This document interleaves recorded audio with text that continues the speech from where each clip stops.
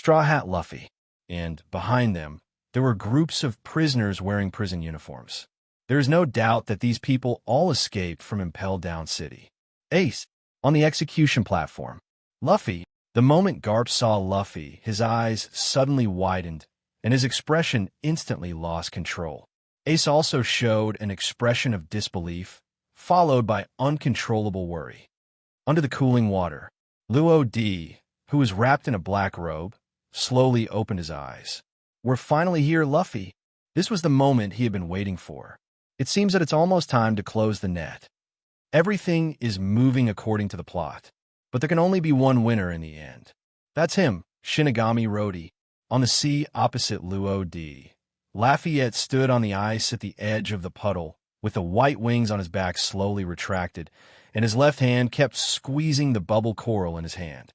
Soon, a coral bubble was revealed. He dove into it, and just as he was about to jump into the sea with the bubbles, he caught a glimpse of a dazzling cold light from the corner of his eye, followed closely by a sharp samurai sword. It's really troublesome, but at this time, The color of sight and hearing unfolded instantly, and the five senses were enhanced. Lafayette stepped forward, jumped up, and did a backflip to the other side of the puddle.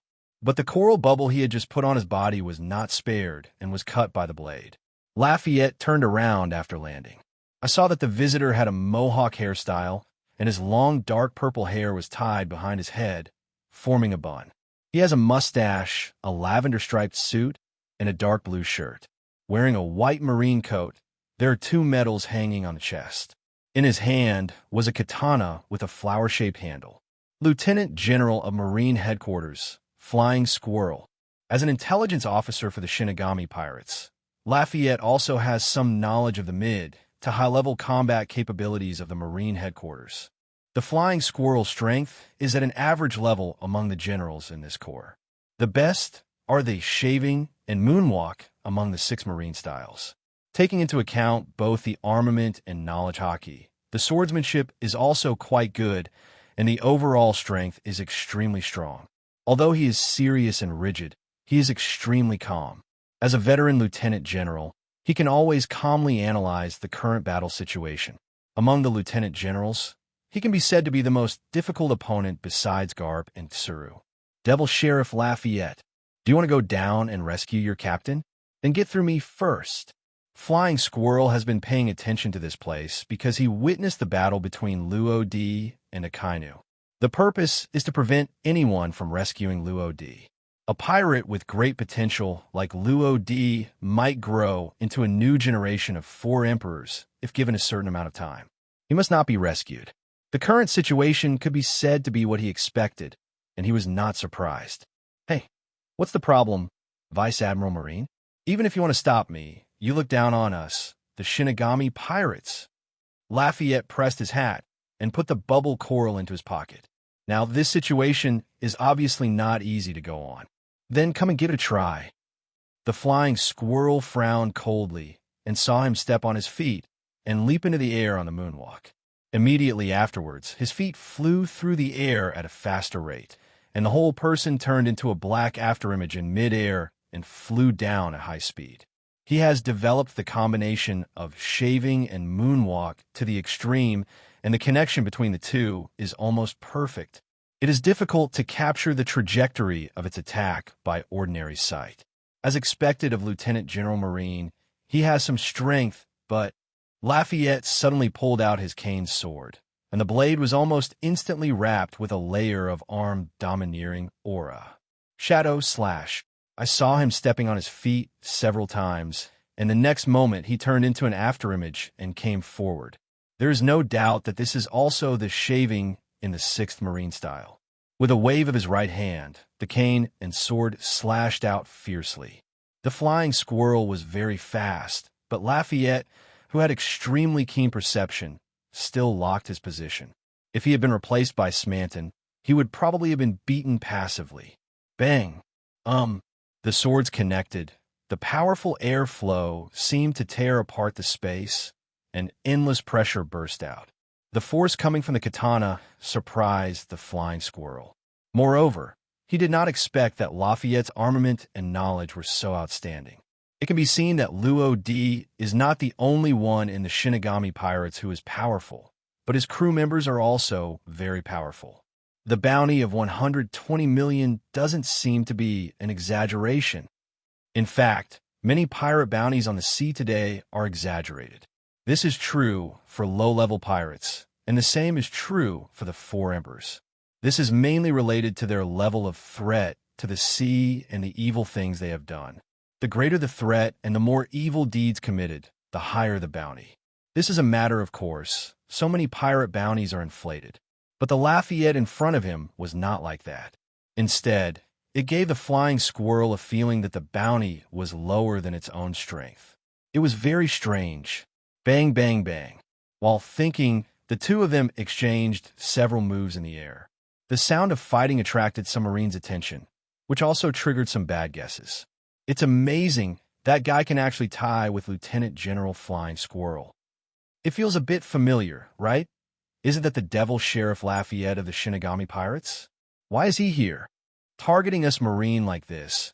It seems that the Shinigami pirates are indeed Whitebeard's reinforcements.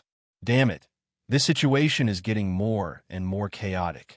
Coupled with Straw Hat Luffy, Kai Xia Jinbei, and Crocodile who just fell from the sky, Whitebeard's side has become stronger and stronger. Is there such a thing? Damn, the White Group pirates were a little surprised. What on earth are the Shinigami pirates here for? I can't understand it more and more. Did they come to help us because they admire Dad? Let's not talk about the reasons for now, but the result is finally good. Marine's firepower is drawn away by others, which is undoubtedly a good thing for the White Group. Under the water, Luo D was also watching the battle above. Lafayette and the Flying Squirrel, interesting. He just watched quietly and had no intention of taking action, mainly because he doesn't want to expose himself yet.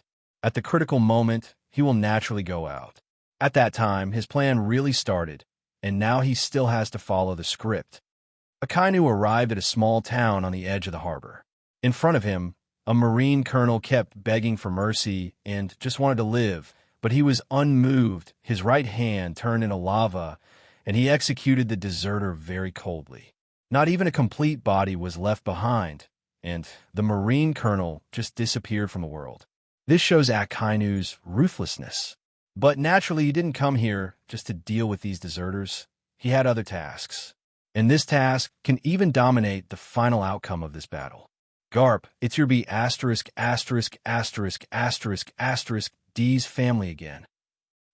B******************************************************************************************************************************************************************************************************************************************************************************************************************************************************************************************Sengoku's defense was somewhat broken due to the entrance of Luffy and others.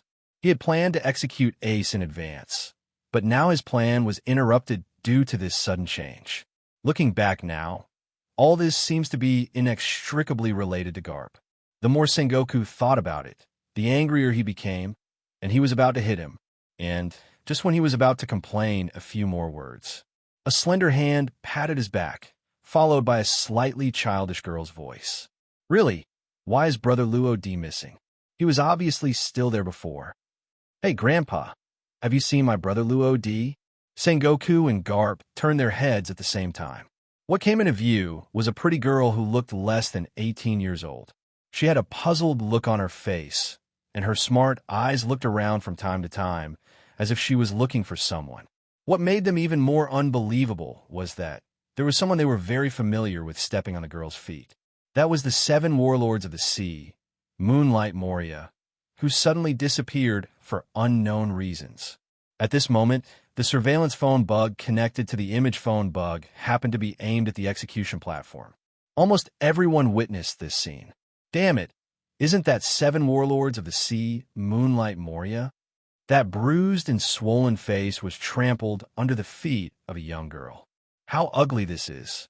The 7 warlords of the sea created by Marine sounds quite bluffing, but is the result so unbearable?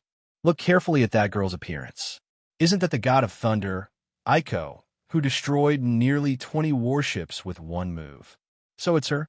There was a small lens that captured Shinigami Luo D's figure before. Did you know? His opponent turned out to be General Akainu, but I don't know what the outcome will be. Are all the members of the Shinigami pirates so fierce? At this moment, the prestige established by 7 warlords of the sea was gone.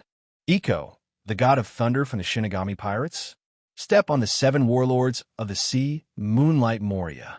This scene directly brings full visual impact. Sengoku frowned and gave Garp a sideways glance. After years of getting along with each other, Garp instantly understood. He moved his feet and shot out like a cannonball. The distance between him and Aiko was only 3 or 4 meters. With Garp's explosion, basically no one could escape. However, humans are humans after all, and no matter how strong they are, their speed cannot catch up with thunder. Sizzling. The white arc is eye-catching and dazzling.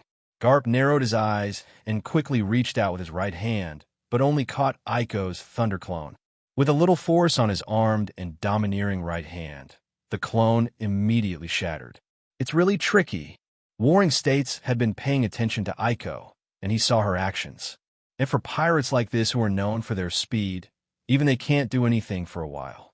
Kizaru is probably the only one in the Marines who can capture him. However, now that Marine is at war with the Whitebeard pirates, It is obviously impossible to waste precious troops and time for her. I just asked a question. If you don't know, you don't have to say anything. Why do you need to take action? Originally, I didn't want to do anything, but now I'm angry. Aiko floated in midair, her eyebrows slightly furrowed and her cheeks bulging, obviously very angry at Garp's unethical behavior. Then, she saw her right hand holding it empty, and the white arc condensed into a spear several meters long. Thunder surrounded her body, and the air quickly heated up. 30 million volts, Thunder God's spear. The electric light flowed, and the spear fell from a height of more than 10 meters and flew out at a very fast speed, as if a punishment from heaven had come to the world. Bang, bang, bang. Garp stepped on the moonwalk, with no fear in his blue eyes. His old face, eroded by time, was illuminated by the light of lightning, full of determination. Fist-bone impact. I saw his waist exerting force, waving his thick arms, and his huge right fist was entangled with extremely domineering domineering energy. With one punch, the purple-black thunder seemed to be able to tear apart the space, exuding a frightening force. Strength. This power. Danger. Extremely dangerous. Aiko's pupils shrank suddenly, and her body subconsciously turned into countless arcs of electricity and flew to higher places. However, the power of Garp's punch is not insignificant. Indirectly, its speed is also extremely fast, and Aiko was stunned for a moment because of the terrifying pressure, and her reaction was half a beat slower. Faster and slower, the gap naturally narrows, and even if it turns into thunder, there is no time to dodge. Puff! Just when Aiko just flew less than 100 meters away. The air was mixed with the dark purple thunder and lightning. Since it contains powerful armed hockey, it cannot be evaded even if it is elementalized. Hiss! The tyrannical shock wave went straight up and almost completely engulfed Aiko. Fortunately, she also used her armed colors to carry out all-round defense. Otherwise, the overbearing power would have been enough to make her lose consciousness in an instant. Even so, she felt extremely uncomfortable. Several bones in her body were broken, and her internal organs were also injured by the powerful force. Blood flowed upwards and overflowed from the corners of her mouth. Ahem, is this the so-called marine hero? He's really ridiculously strong. In order to cover our escape, Brother Luo D faced him and another marine general at the same time. I'm afraid he was under pressure that we can't imagine, right? Aiko kept flying away along with that force. Fortunately, no one came after her. She found a safe, secret alley and hid. Her broken body could no longer support her many movements. She had to seize the time to rest and relieve the pain in her body. This way, even if he is discovered later, he will still have the strength to escape. The only pity is, she hasn't brought back the 7 warlords of the sea yet. Now that guy was thrown on the execution platform. It may be difficult to catch it back later. It's a pity that the little girl ran away. Garp landed on his feet and returned to the execution platform, but his eyes still stayed in the sky.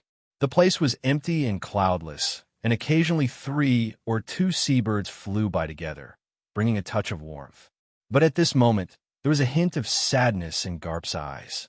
Seeing him in a daze, Warring States thought he was blaming himself for Aiko's escape, so he couldn't help but speak out.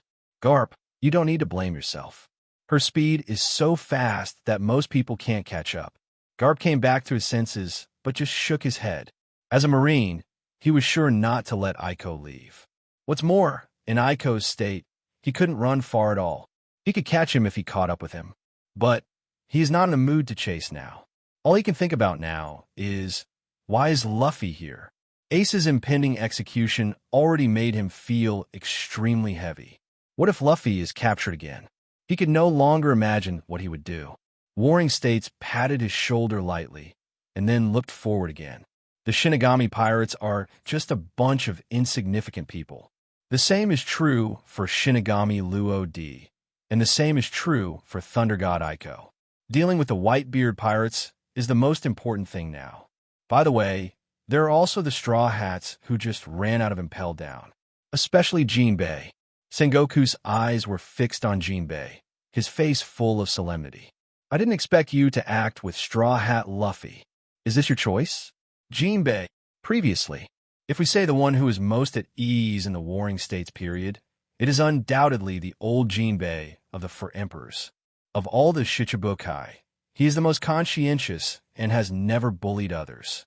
However, what he didn't expect was that the person who refused Shichibukai's recruitment was also such a peaceful person.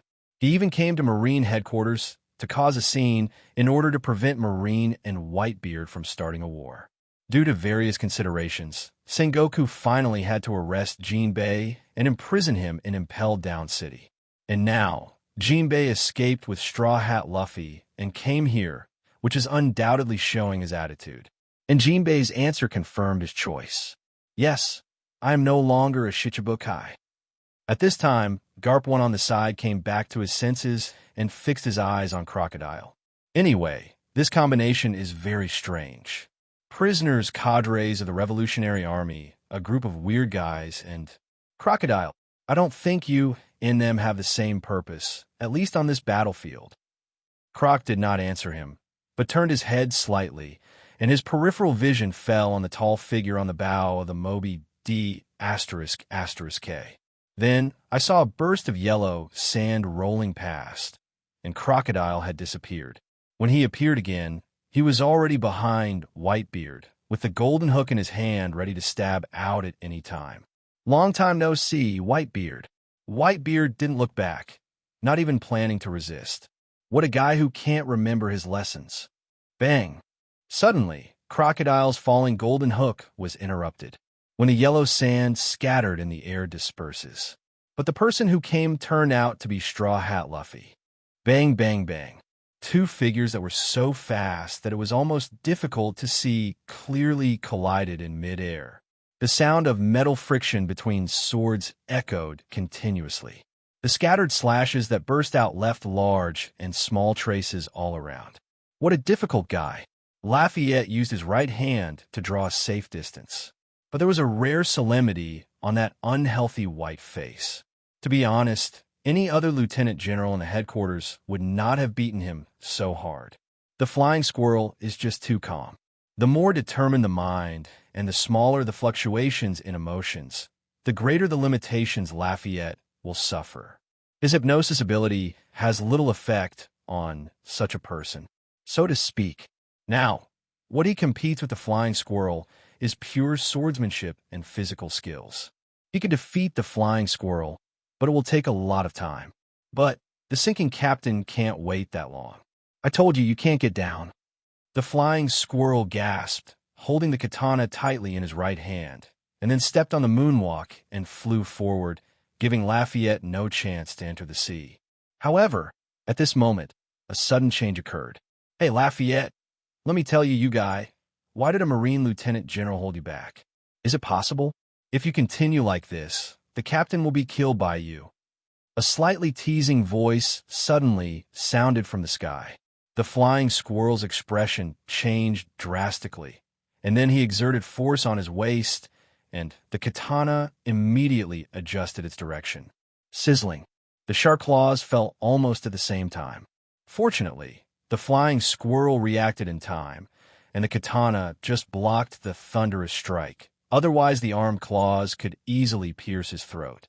The claws hit the blade from top to bottom. In an instant, sparks flew everywhere. Smanton, the raptor with a bounty of 100 million Baileys, seems to have another amazing guy here. Smanton's physical skills are extremely good, and coupled with the animal golden eagle fruit, he has been improved in all aspects, and his strength is astonishing.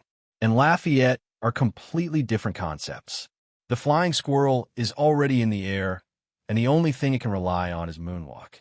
However, judging from the power coming from the blade, Moonwalk could no longer support him in staying in the air. The members of the Shinigami Pirates are not idlers.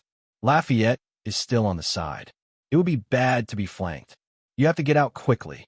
The flying squirrel's body kept falling, but its mind was constantly thinking about countermeasures. In an instant, he was less than 2 meters away from the ice below. Suddenly, his eyes narrowed and he roared angrily. Drink. Power ran through his arms. Taking advantage of the moment when Smanton paused, he hurriedly pulled away, almost paddling away against the ice. If he were one step slower, the force would be enough to sink him into the sea. Bang! Simonton's claws fell into the air, and he could only embed himself into the ice below. You run really fast. Immediately, his legs exerted force, and his sharp claws drove the ice. As he flapped his wings, he saw him dragging a giant ice block with a radius of 5 or 6 meters vertically into the sky. Then he swung hard, and the giant ice cube fell like a meteor. Not good. The flying squirrel, which was still gliding along the ice, sensed the crisis, but in his current state he was unable to dodge, so he had to raise his katana and slash repeatedly. Tisk, if you dare to hinder us, at least I will teach you an unforgettable lesson. After doing all this, Smanton was originally ready to rush down and continue the pursuit, but he stopped mid-flight. He suddenly lowered his head and looked at Lafayette not far away. "How's it going? Have you received the message?" Lafayette looked at the puddle at his feet and then nodded. "Let's go. We will not intervene in the subsequent battle for the time being and wait for the captain's instructions. It's just that before that, we have to help little Iko. She seems to be quite injured." Simonton fell to Lafayette's side and covered his forehead. "Stop talking. I just watched her fly to the execution platform, and those standing on it were Marine Fleet Admiral Sengoku and Marine Hero Garp.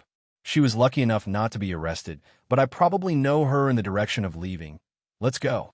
Then the two spread their wings and flew side by side, disappearing almost in the blink of an eye. Bang! The flying squirrel pushed away the countless pieces of ice covering its body. Its face turned slightly white from the cold. Ahem, damn it.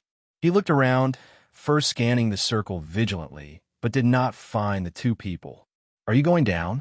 After confirming that there was indeed no one around, he cautiously came to the puddle and saw the scene unfolding, but only felt an extremely weak breath below. There is no doubt that it is Shinigami Rodi. However, the more this happens, the more delicate people like Flying Squirrel will think more. "You actually left your own captain alone. How is this possible? Where did they go?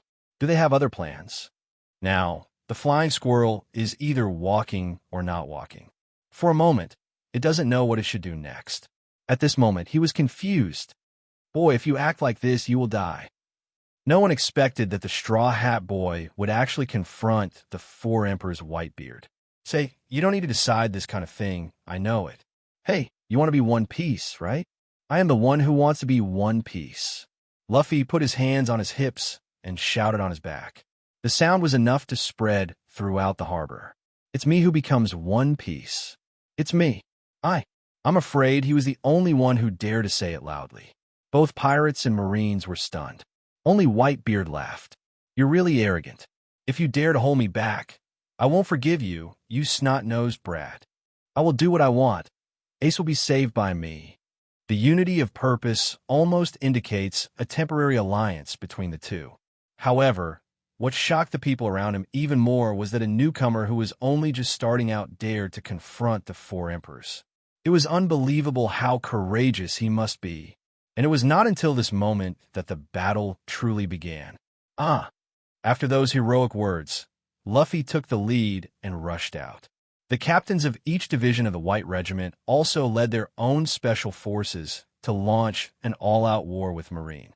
The situation is constantly changing, and no one expected this to happen. There was chaos on the field for a moment. Even the generals came off the field to join in the fun. And outside the harbor, the great Vortex Spider, Squard, and Akaina met. "Who are you?" His face was solemn, and he unconsciously pulled out the long knife from his waist. The direction of the war was foreshadowed at this moment. "Tisk, it's really uncomfortable to be soaked in sea water, but it's time to go out, and the time is almost here." Luo D, who was falling with the sea water, suddenly opened his eyes. "Puff, what's going on?" Water splashed suddenly, gushing out from bottom to top. The Flying Squirrel, who was still standing here watching, had his heart beating wildly. "That's—" Looking for the source, his pupils shrank sharply, his face full of horror. But under the splash of water, I saw a familiar black robe. How is this possible? That outfit was undoubtedly that of Shinigami Rodi, who had fought a Kainu not long ago. However, he is obviously a person with abilities. How could he break free from the restrictions of seawater and escape on his own? Did something happen during that time that I don't know about? Common sense is people's daily consensus on the existence of the same thing. Even if he witnessed Luo Di rushing out of the sea, the flying squirrel would not think about the fact that Luo Di is not afraid of the seawater. People with abilities are afraid of seawater. This is already an inherent thought. In this world, no one can escape this idea. Even Vegapunk, who is known for his brains, is like this. Because he is an ability user himself and can best understand the weaknesses of ability users. And Luo Di, who knew this, was not afraid at all of his specialness being inferred. Even if someone sees it, that person will only make up their own mind. This is the case with the flying squirrel in front of them. TSK, it seems that you Marines are quite smart. You even know about Zombie Guard. Unfortunately, it's of no use. Luo Di shrugged and saw him walking in the air with his hands behind his back. Obviously, nothing has been done yet, but the flying squirrel is feeling stressed. This feeling of oppression coming from the depths of the soul is somewhat similar to Whitebeard. If Whitebeard is an insurmountable mountain, it would make people feel suffocated at just one glance. Then Luo Di is a peerless sword, with such a sharp edge that people dare not look directly at it. This guy, no wonder he can compete with a Kainu. His momentum alone is unparalleled. The flying squirrel shook his head hard, and then he became a little more awake. However, we cannot allow him to intervene in this battle. Even if we cannot defeat him, we must keep him here. The flying squirrel also saw the entrance of Straw Hat Luffy and others. Even the Warring States period Fleet Admiral revealed extremely terrible news. Straw Hat Luffy's life experience is actually, in the future, that man will also be a harmful factor. He is the sworn brother who grew up with Ace. His bloodline is that he is the biological son of the Revolutionary Long. The sound is amplified and transmitted to everyone's ears. Smoker had a cigar in his mouth, and his eyes were locked on Luffy. I see. What happened in Rogtown can now be explained. Similarly, this news also reached the ears of journalists who were watching the war in the Sabaody Islands. Long is that leader of the Revolutionary Army? The son of the world's worst criminal. No wonder. Headquarters, this is the Sabaody Islands. Big news.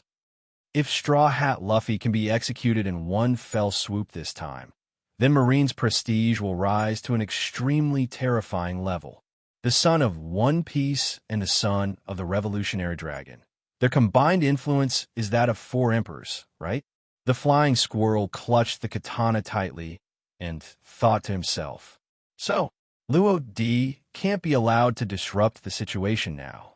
Shave. After a moment of silence, he stepped on his feet several times, and the next moment he appeared in front of Luo Di with a sharp blade slashing across it, carrying endless killing intent. However, before the knife fell, Luo Di seemed to have anticipated the trajectory of his attack and even dodged in advance. How is this possible? Although the sword killed everything, the flying squirrel was not surprised. With Luo Di's level of strength, it's normal for him to meet and hear people. But what he couldn't understand was, Luo Di's dodge method and landing point are like being covered with a layer of illusory fog, which cannot be captured even by seeing and hearing. In other words, there is a slight deviation between what is captured and the actual situation. This means that his knowledge is invalid. Try again.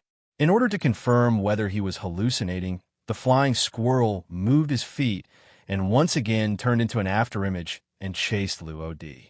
However, every time, Luo Di was always able to evade his attacks in advance.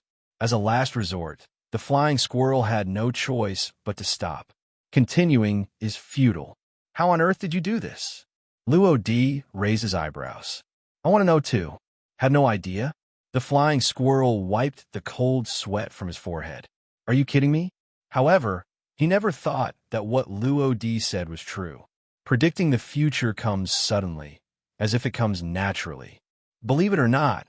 Okay, that's it. I don't have time to play cat and mouse games with you here.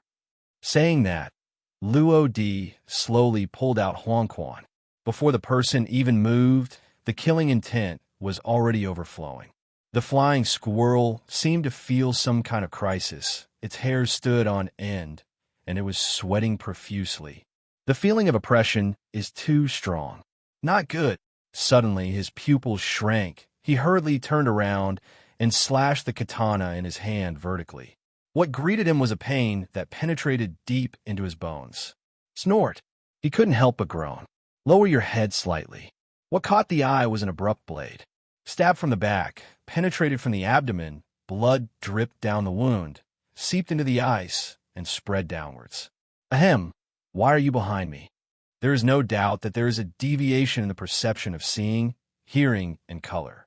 This knife directly made the flying squirrel lose its ability to resist. Coupled with the characteristics of Huang Quan, his physical strength is being squeezed out at an extremely fast speed. He didn't even have the strength to hold the katana tightly. Chi! Luo Di pulled out Huang Quan and flicked it casually, and the bloodstain spread out in a straight line on the ice. The flying squirrel, which had lost its strength, bent its legs and threw forward, face down, lying on the ground. Because seeing, hearing, and color also have strengths and weaknesses. After saying that, Luo Di put his hands behind his back and walked away slowly. To him, this place didn't seem to be a dangerous battlefield, but a scenic spot.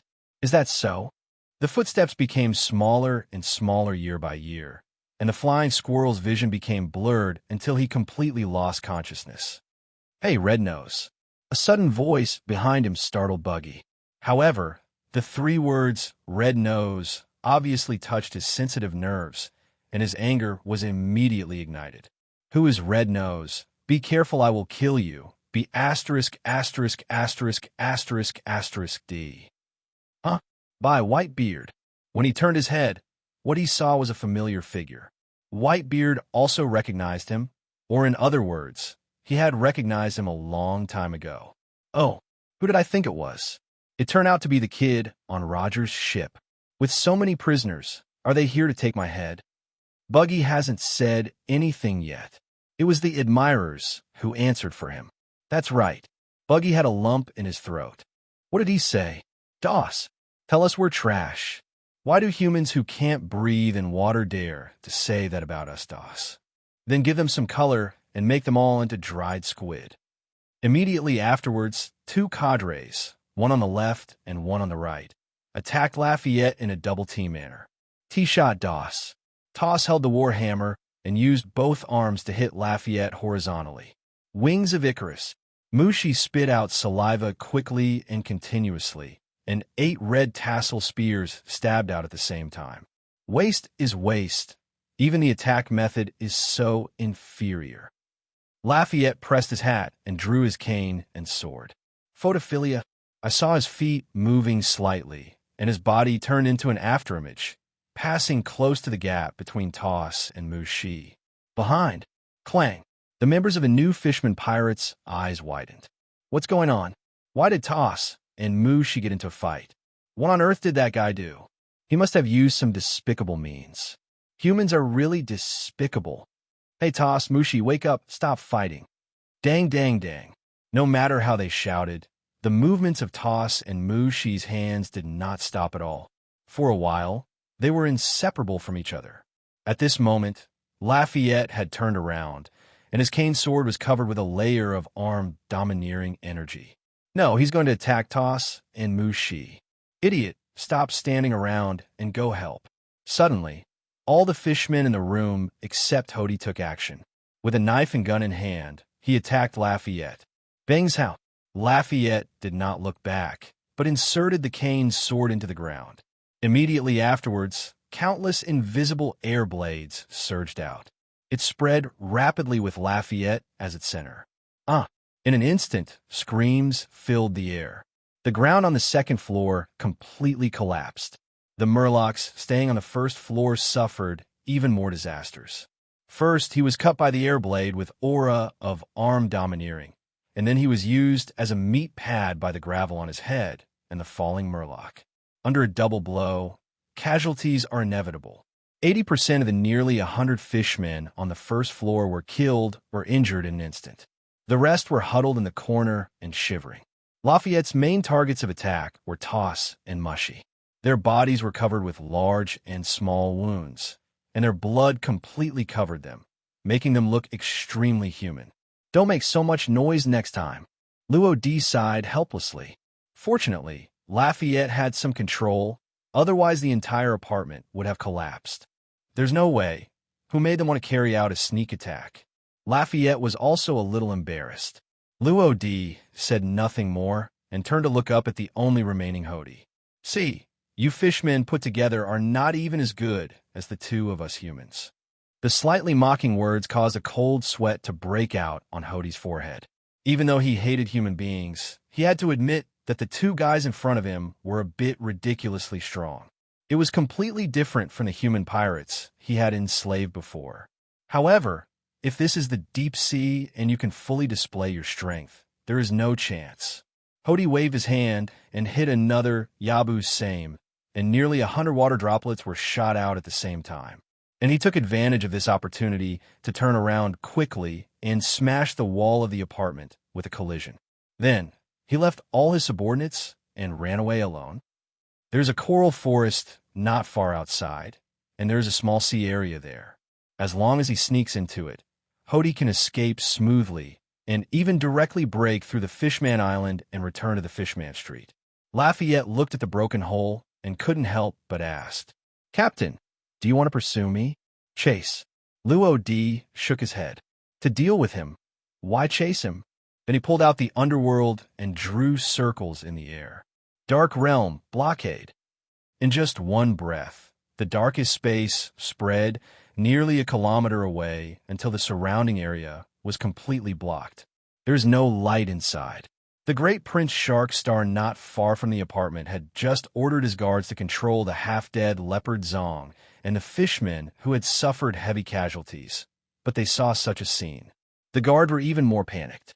"What's going on? Why is it suddenly dark around here? There's no light at all. I can't even see my hands and feet. Who did it? Those two humans? Or the brutal fishmen from Fishman Street?" "Don't panic. Everyone try to stand still and don't move." Sharkstar's high voice caused the guards to stop their discussion, but he actually felt a little uneasy in his heart. However, as a prince at this time, he cannot be in a state of disarray. "I hope it ends soon." Sharkstar raised his head and saw darkness.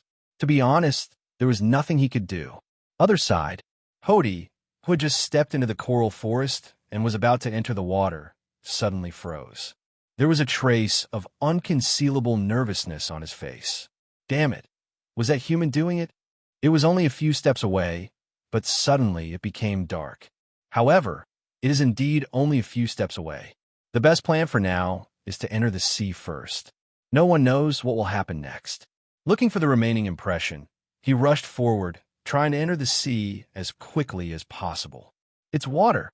However, just when his feet touched the sea water, a killing intent suddenly appeared in the air.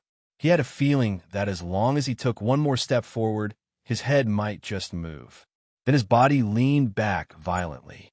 An air blade just brushed past his chest. If it's just 1 second slower, the consequences will be disastrous.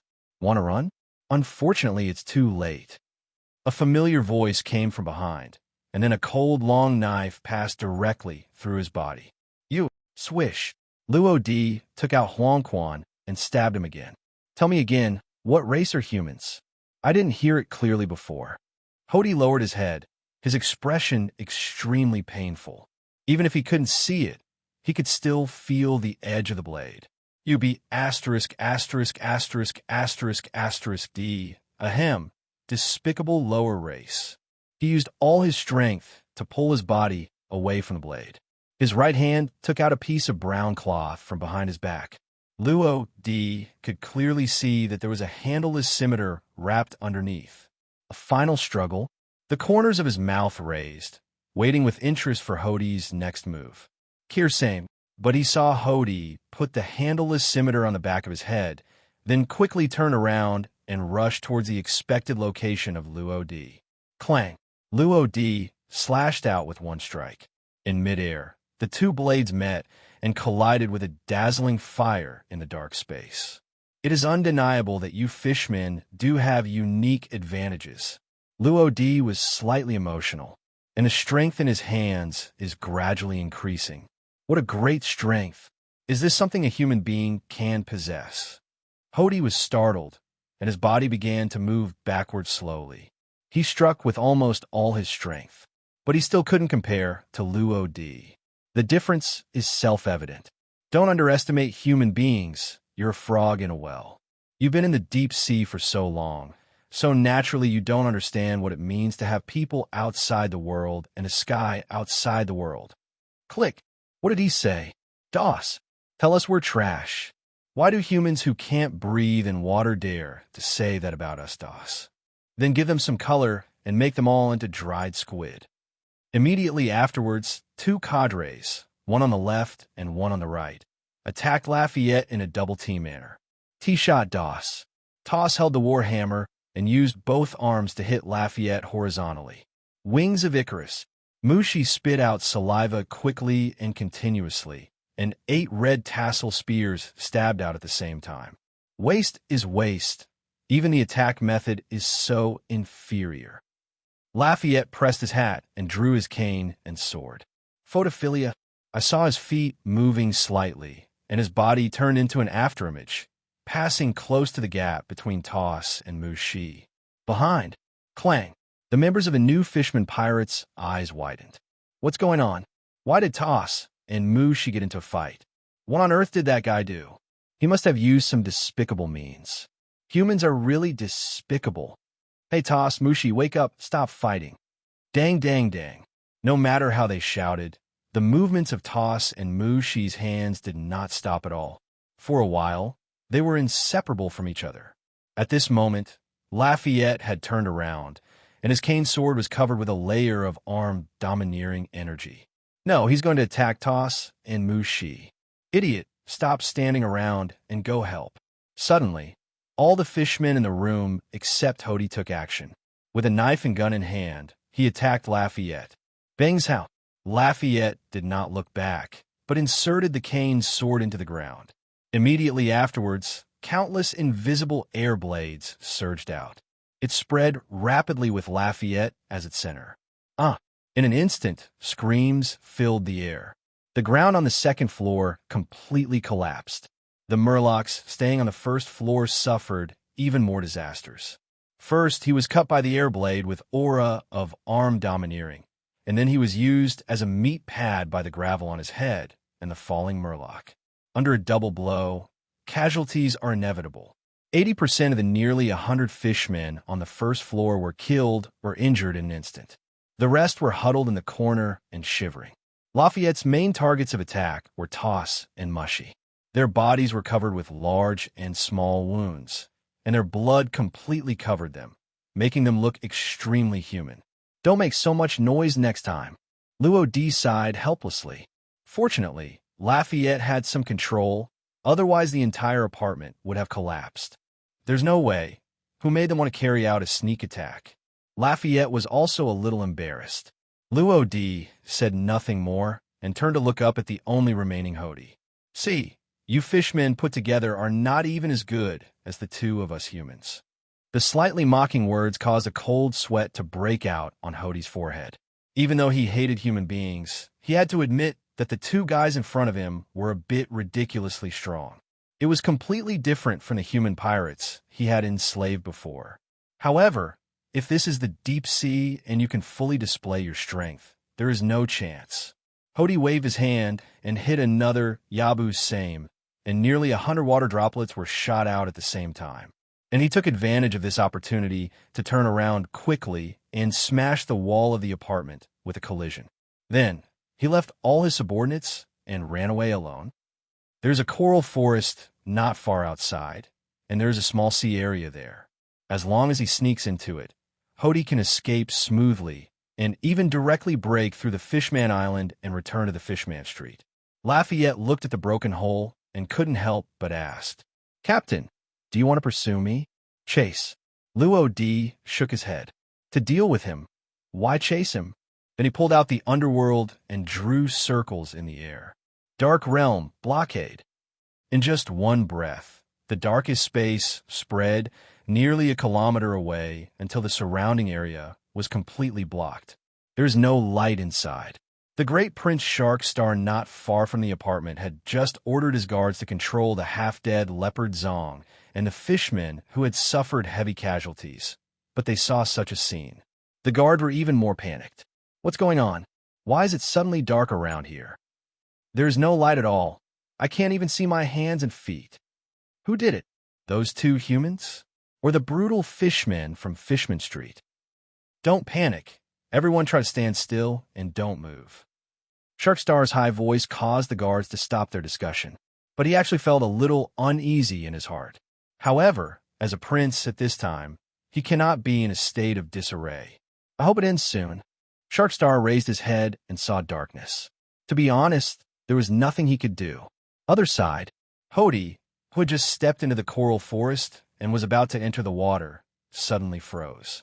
There was a trace of unconcealable nervousness on his face. Damn it. Was that human doing it? It was only a few steps away, but suddenly it became dark. However, it is indeed only a few steps away. The best plan for now is to enter the sea first. No one knows what will happen next. Looking for the remaining impression, he rushed forward, trying to enter the sea as quickly as possible. It's water. However, just when his feet touched the sea water, a killing intent suddenly appeared in the air. He had a feeling that as long as he took one more step forward, his head might just move. Then his body leaned back violently. An air blade just brushed past his chest. If it's just 1 second slower, the consequences will be disastrous. Want to run?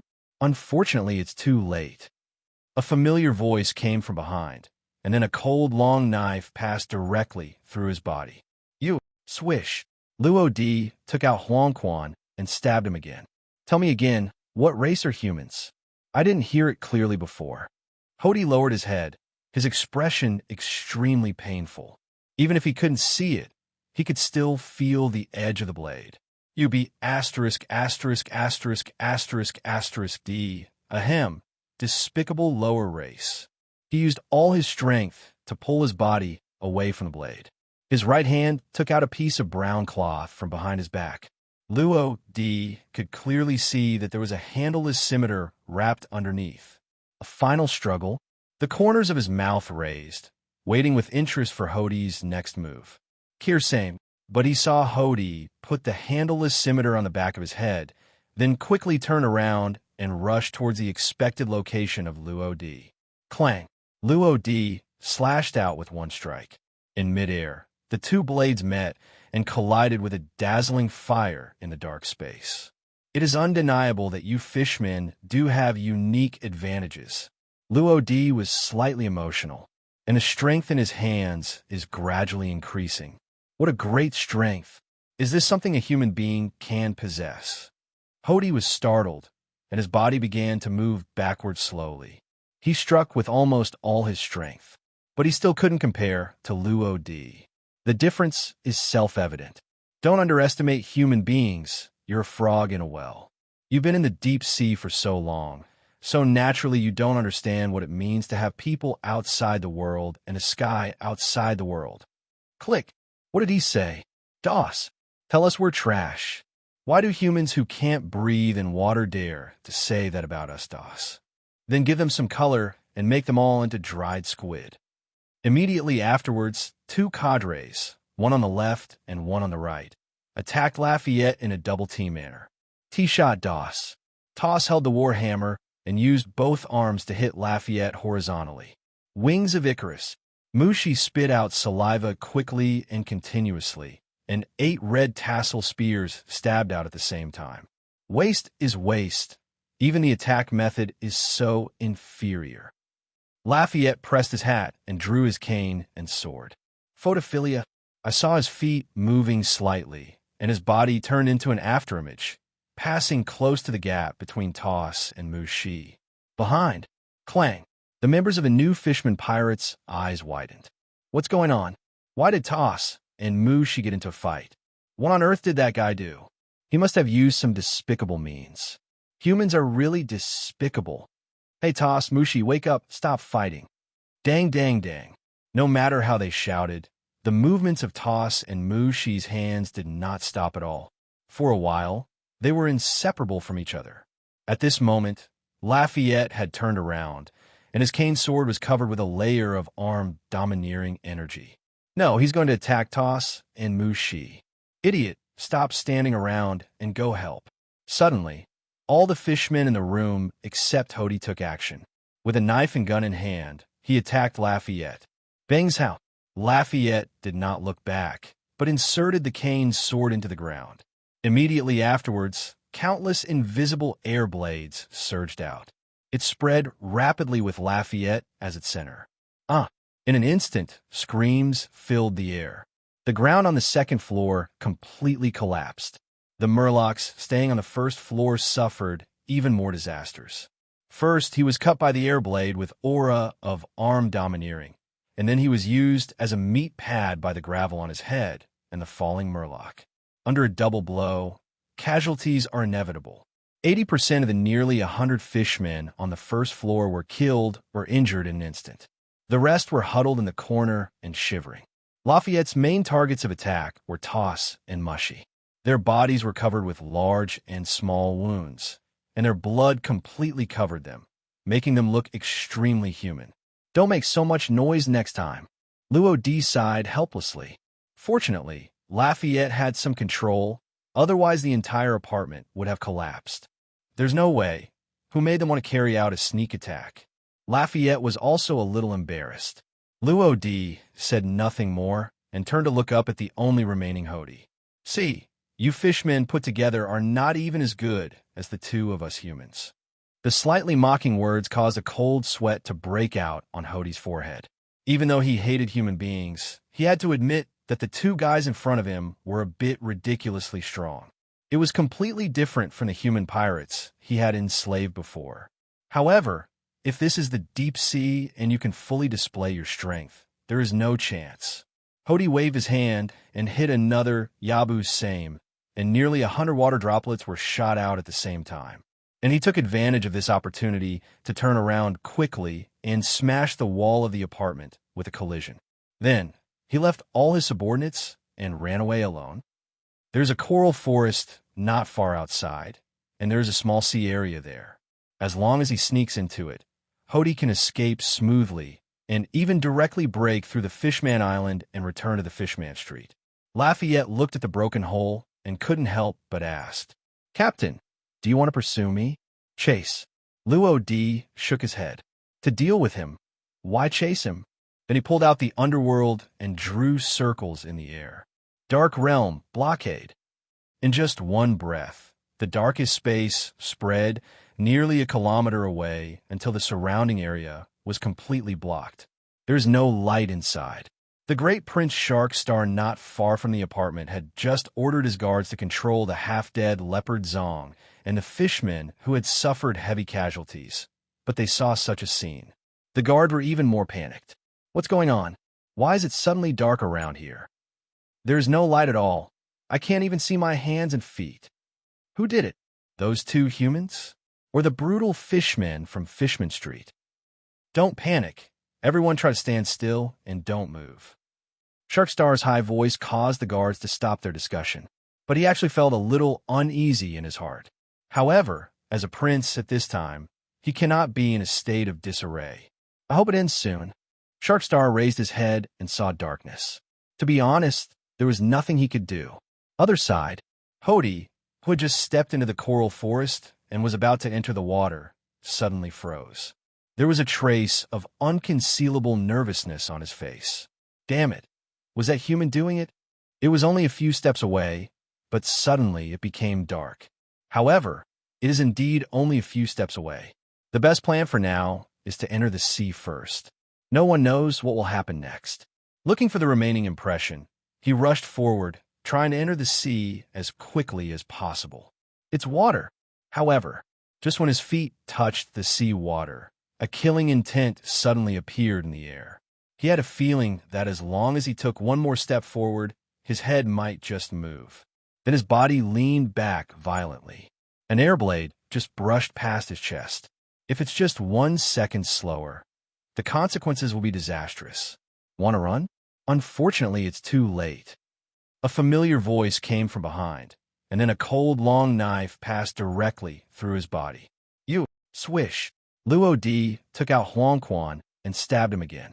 Tell me again, what race are humans? I didn't hear it clearly before. Hody lowered his head, his expression extremely painful.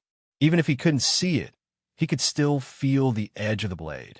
You be asterisk, asterisk, asterisk, asterisk, asterisk D. Ahem. Despicable lower race. He used all his strength to pull his body away from the blade. His right hand took out a piece of brown cloth from behind his back. Luo Di could clearly see that there was a handleless scimitar wrapped underneath. A final struggle, the corners of his mouth raised, waiting with interest for Hody's next move. Kier same, but he saw Hody put the handleless scimitar on the back of his head, then quickly turn around and rush towards the expected location of Luo Di. Clang! Luo Di slashed out with one strike. In midair, the two blades met and collided with a dazzling fire in the dark space. It is undeniable that you fishmen do have unique advantages. Luo Di was slightly emotional, and the strength in his hands is gradually increasing. What a great strength! Is this something a human being can possess? Hody was startled, and his body began to move backward slowly. He struck with almost all his strength, but he still couldn't compare to Luo Di. The difference is self-evident. Don't underestimate human beings. You're a frog in a well.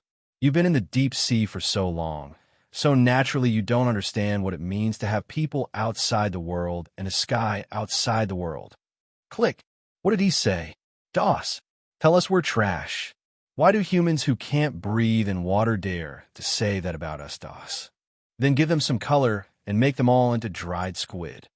Immediately afterwards, two cadres, one on the left and one on the right, attacked Lafayette in a double-team manner. T-shot DOS. Toss held the warhammer and used both arms to hit Lafayette horizontally. Wings of Icarus. Mushi spit out saliva quickly and continuously, and 8 red tassel spears stabbed out at the same time. Waste is waste. Even the attack method is so inferior. Lafayette pressed his hat and drew his cane and sword. Photophilia. I saw his feet moving slightly, and his body turned into an afterimage, passing close to the gap between Toss and Mushi. Behind. Clang. The members of a new Fishman Pirates' eyes widened. What's going on? Why did Toss and Mushi get into a fight? What on earth did that guy do? He must have used some despicable means. Humans are really despicable. Hey Toss, Mushi, wake up, stop fighting. Dang, dang, dang. No matter how they shouted, the movements of Toss and Mushi's hands did not stop at all. For a while, they were inseparable from each other. At this moment, Lafayette had turned around, and his cane sword was covered with a layer of armed domineering energy. No, he's going to attack Toss and Mushi. Idiot, stop standing around and go help.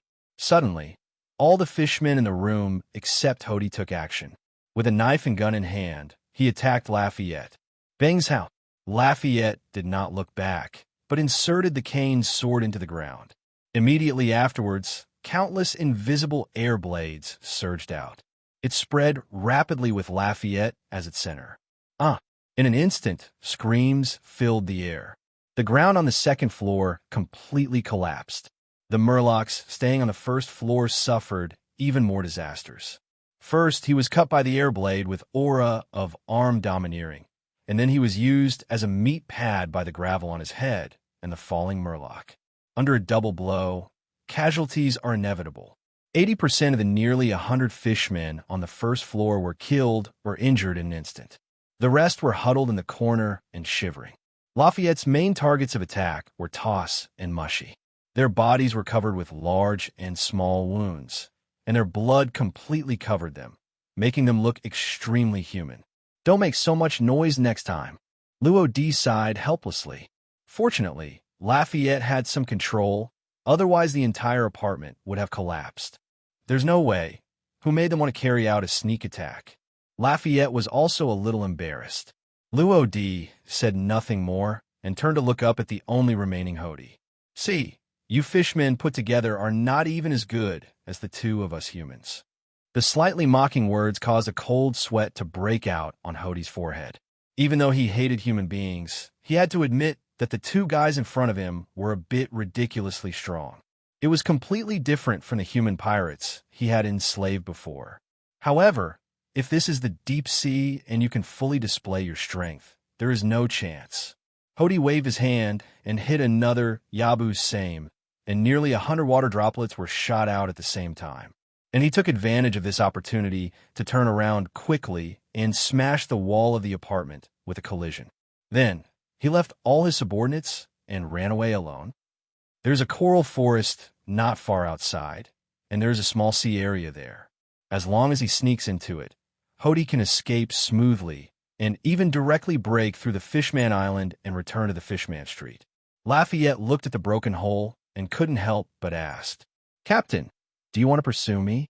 Chase." Luo D shook his head. To deal with him, why chase him?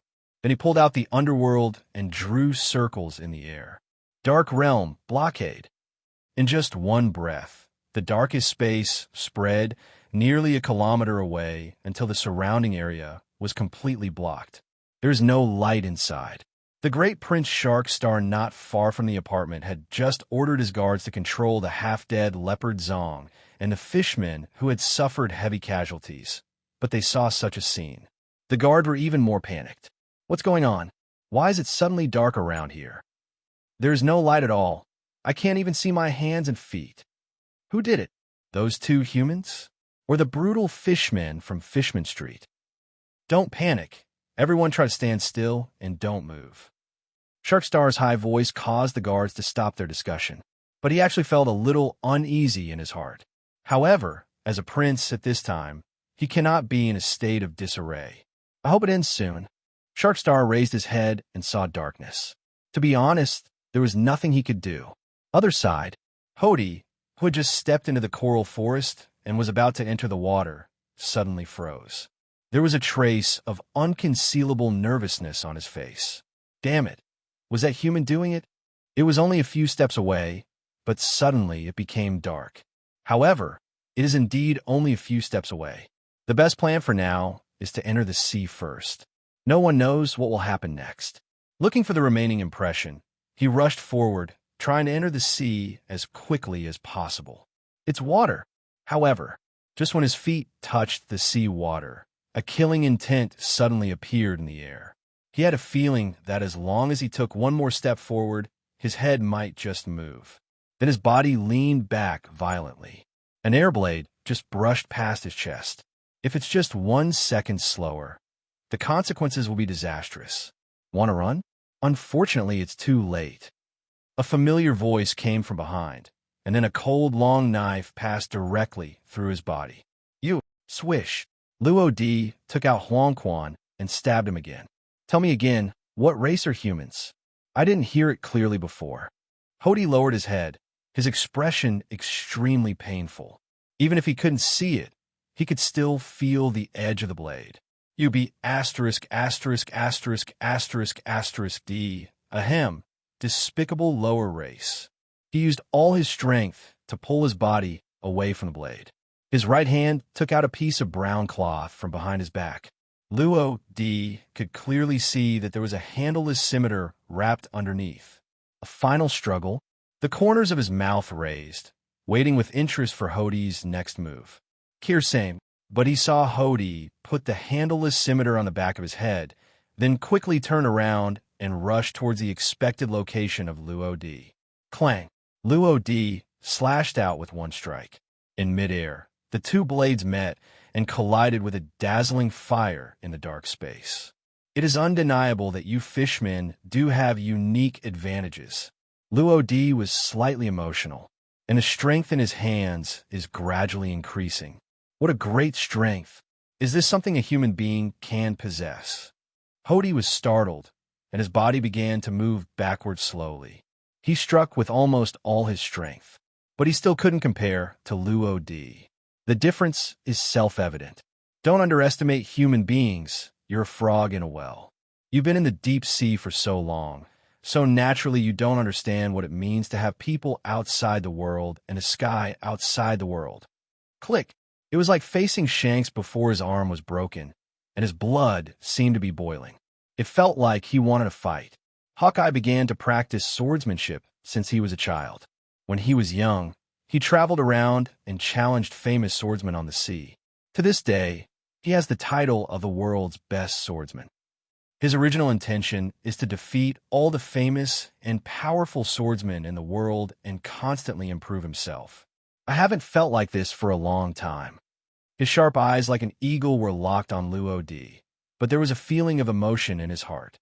Walking closer, Luo D glanced at the two of them. It seems that both of you know me, but let me introduce myself first. Luo D, the captain of the Shinigami Pirates. Others also call me Shinigami. As for the purpose of my coming here, at this time, he took out the yellow spring from his waist, and the black and reddish blade reflected a soul-stirring luster under the sunlight. The reason is to compete with the so-called top swordsmen in the world. I wonder which of the two will come first. A look of surprise flashed across Bista's eyes. What he cared about was not Luo D's slightly arrogant words, but the knife in his hand, Huang Quan. The sword can be said to be the face of a swordsman. A good sword can not only improve the swordsman's quality, but also show the swordsman's strength. There are countless swordsmen in this world, but the only truly famous knives are the supreme knife with 12 moves, the great knife with 21 moves, and the good knife with 50 moves. Further down are some fast knives and ordinary knives that cannot be ranked. There are more wolves and less meat. So, if you own a famous sword, others will be in awe of you even if you do nothing.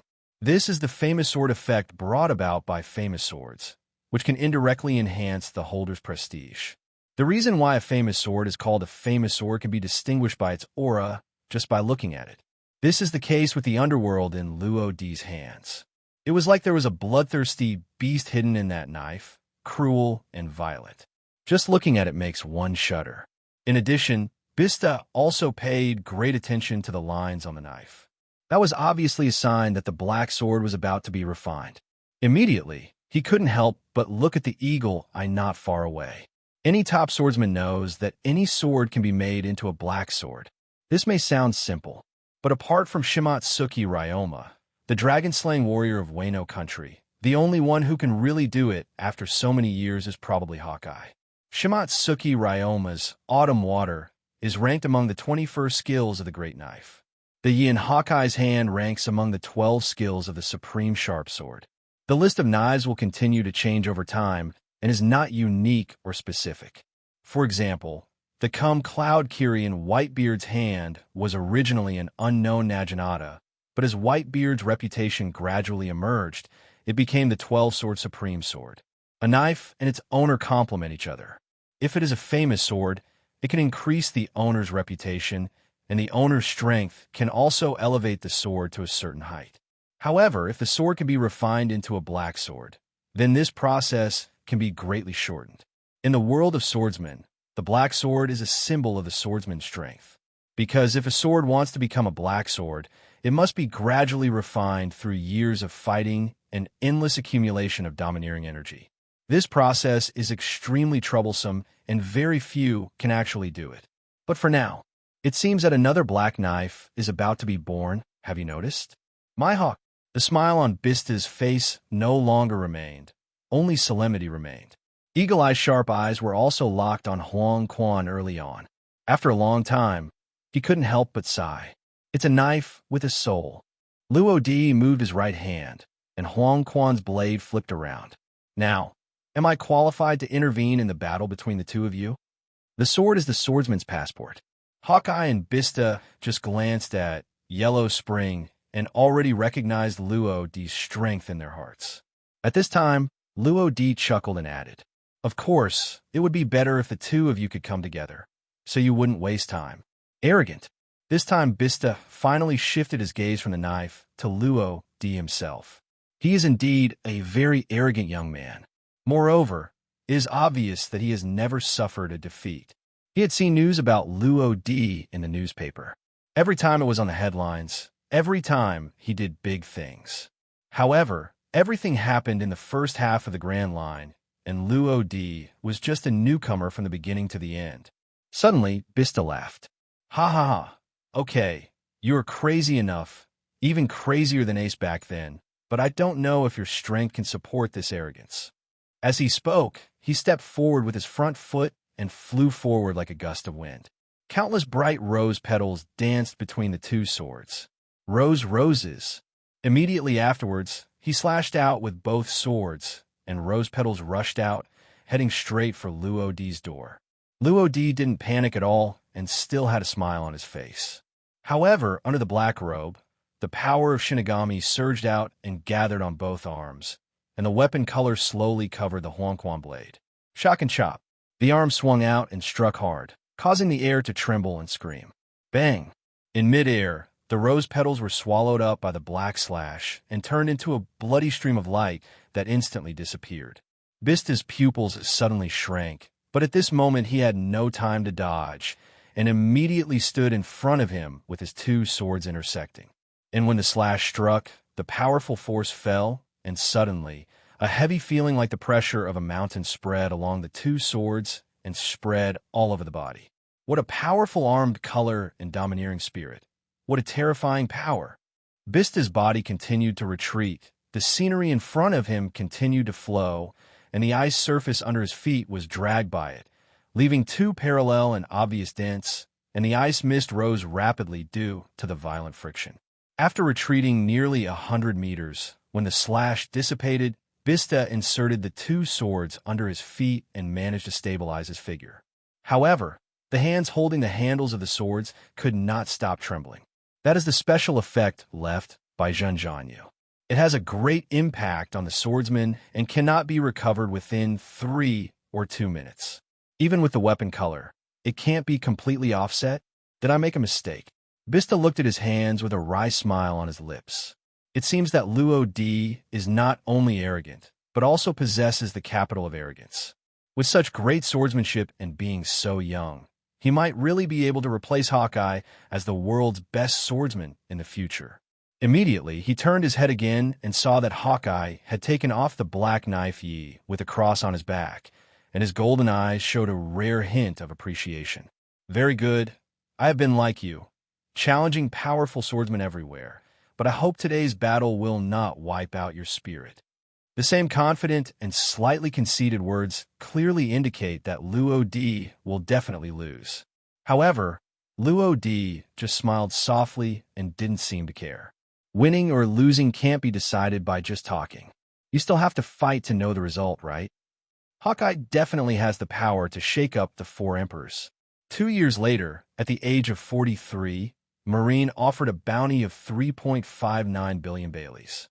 You know, he has always been alone, with no other forces behind him to support him. It can be said that this bounty was obtained entirely by his personal strength. Let's look at the 4 emperors' pirate group. Shanks, the red-haired man with the lowest bounty, only has a bounty of 4,048.9 million. But he has the entire red-haired pirate group behind him. Excluding the power bonus, its actual bounty is about the same as Hawkeye. Of course, in terms of potential, the redhead may be better.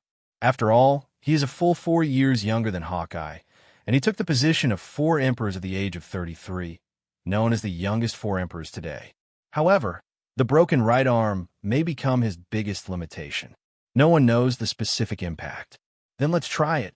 Hawkeye's face was expressionless. His hands clenched the handle of the cross knife, and his powerful arm domineering energy burst out. He had been watching the battle between Luo Di and the foil sword, so he knew that ordinary slashes would not have any impact on Luo Di. He also needs to show some strength. Outside the harbor, the pirate group under the white group fell into panic about the unknown. Shichibukai Bartholomew Bear. Why are there so many bears? What's going on? Nearly 100 sturdy, identical bears appeared in their field of vision. But the leader was a fat man with a giant axe in his hand, wearing a red belly band and with a stocky build. His name is Jean Mamamaru, and he came here under the instructions of Kizaru. The purpose is to seal the escape route of the White Beard pirates. However, things were a little beyond his expectations. The situation in front of me was a bit confusing. Originally, according to Warring States' Fleet Admiral's plan, first, the news of Ace's early execution was deliberately leaked. The Whitebeard pirates would definitely be anxious because of this, and Marine took the opportunity to slowly retreat back, creating an invincible posture and attracting all the pirates into the bay. After that, the pacifists led by Jean Mamoru blocked the head of the bay and carried out a rear flanking attack, thus completing the siege. But Whitebeard saw through this. He ordered his pirates to attack the warships on both sides of the bay first. In this way, the position of the Whitebeard pirates was completely disrupted. The pirates at the head of the bay have not completely entered the bay and are still scattered, so the encirclement situation is easily resolved. However, Warring States apparently also expected this and informed Kizaru of the follow-up plan in advance.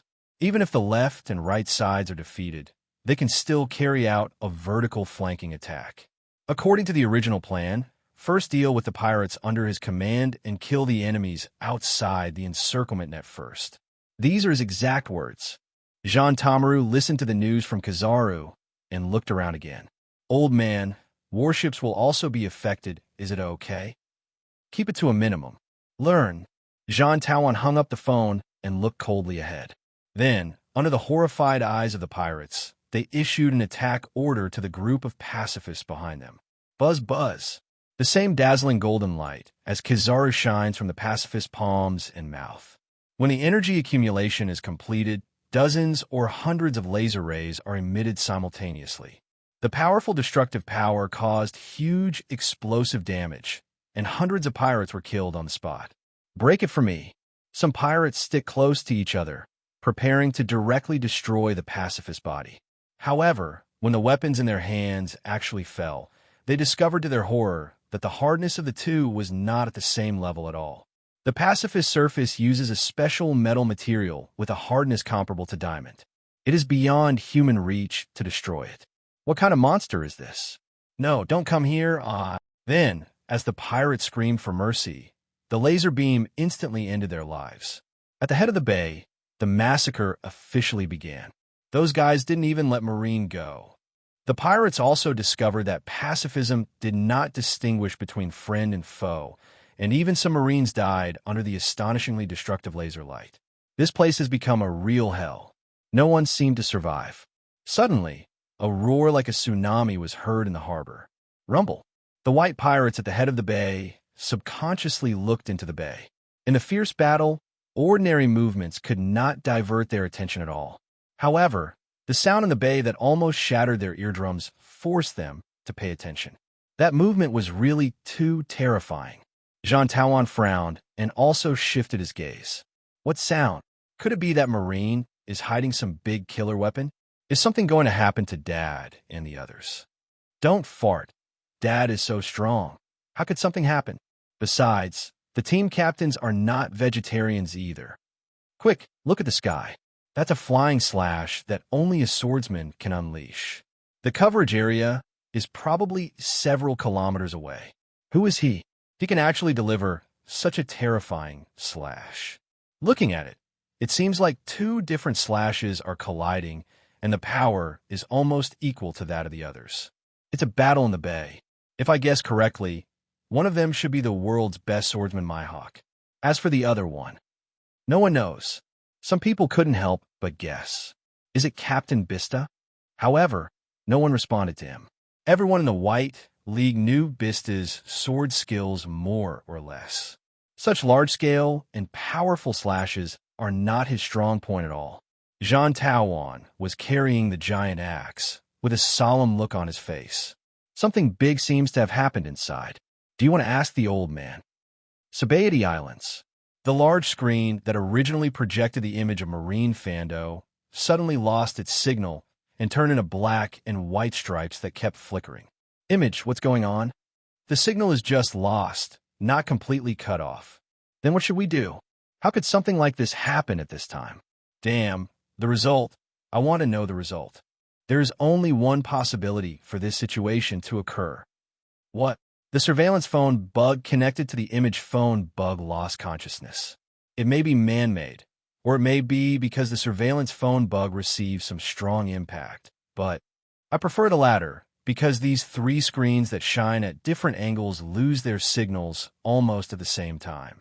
If it were artificial, it would be impossible to do it so neatly. Fisk, it's fine, you're fine. So what should we do next? We can't go to Marineland, right? What else can we do? We can only wait. Maybe the surveillance phone bug will wake up sometime. And in the adjacent Marineland, Marine headquarters. This time, the Warring States period had just issued the order to cut off all images, but they didn't expect Luo D and Eagle Eye to make such a big fuss. Under the violent impact of the collision, it was not only the surveillance phone bug that lost consciousness, but also many Marines and pirates. The combat strength of both sides was reduced by nearly 10% almost simultaneously, and this number is still increasing. Every collision between Luo D and Hawkeye will cause some people with weak endurance to fall directly into coma. Even some people with better physiques cannot bear it for too long. Why did those two guys start fighting? Warring States had a headache. If this continues, Marine strength will not be enough to defend the wall. Shinigami Luo D, you be asterisk asterisk asterisk asterisk asterisk D. Why do you have to get involved? He was really close to breaking through. Many plans were either postponed or disrupted because of Luo D's arrival. The Warring States period all doubted whether this place had become Luo D's home field. However, when he thought of the next plan, he suppressed his anger again. Below, inside the crescent-shaped harbor, the Marines recovered from the shocking battle fluctuations, reminded each other, and evacuated quickly, followed closely by the white pirates. Call! Sengoku took a deep breath and looked up at the Moby D **K, where Whitebeard was. Now it's up to Akainu. If it happens, the Whitebeard pirates will be unable to escape. In the harbor, in front of a large ship, the sound of gunfire continued, smoke filled the air, and the ground was covered with the corpses of pirates and Marines. And it was in this tense and depressing scene. A group of prisoners wearing black and white striped prison uniforms surround a surveillance phone bug like stars and the moon. Okay, let's get started. Well, cough. That person standing there, could it be that, although his true identity has been hidden all this time, he's one of the legendary crew members on the ship One Piece Gold? Roger. Captain Buggy the big pirate clown. Exactly down there. Buggy suddenly turned his head and pointed at the surveillance phone bug, with a confident smile on his face. It's just that dirty face and big red nose that looks so funny no matter how you look at it. Well, Captain Buggy, you have a nosebleed. A pirate from Impel Down City suddenly reminded him. Buggy subconsciously touched his nose, and sure enough, what he saw was scarlet. Immediately, he hurriedly stopped. Wait. After a while, the grooming was completed. Act 2 continues. The future four emperors, Buggy the Clown, has officially started live streaming. Only, no one noticed that although the eyes of the surveillance phone bug were half open, there was no aura in them. In layman's terms, this surveillance phone bug lost consciousness and fell into a coma. This means that Buggy has been doing useless work, just like a real clown. On the execution platform, when Warring States learned that one of the surveillance phone bugs had been lost, there was no change in the expression on his face. He knew that those phone bugs were useless. Even if it recovers temporarily, it will be a blur, and ordinary people cannot bear the pressure and impact, let alone an ordinary phone bug. Besides, they had no time to waste. Akainu seems to have succeeded as well. Look up. I saw another figure gradually appearing behind Whitebeard on the far bow of the Moby D **K. Whitebeard tilted his head slightly and asked first, Skeward, are you okay? Skeward was unusually calm. He's still alive at last. Really? I haven't been able to contact you since the beginning. How is the situation in Bayhead? The pirates under my command seem to have suffered heavy casualties. I took a shortcut to get here. The Warring States period will not show mercy and will use all its combat power to deal with us. Dad, have you discovered Marine's tactics? I've been friends with Sungwa for a long time. I see. Being surrounded by Marine from behind is exactly what I want. I want to attack as well. All I have to do is attack in one go. Yes, Each of the 43 pirate groups under our command has accepted your kindness. For the sake of the Whitebeard pirates, we will go through fire and water without any hesitation." As the two asked and answered questions, the invisible contradiction seemed to be intensifying invisibly. This also made Skeward more determined about what he would do next. "Sorry, but I understand that this is a battle to protect the family. The pirate Whitebeard will not abandon his family. Because of this, everyone will follow you here. It's just that in your family, we are also one of them." As soon as he finished speaking, amid the sound of gunfire, no one expected that a sharp, long knife would simply and easily penetrate the abdomen of the strongest man in the world, and the blade would continue to spread until it completely penetrated him. At this moment, the world seemed to have stopped.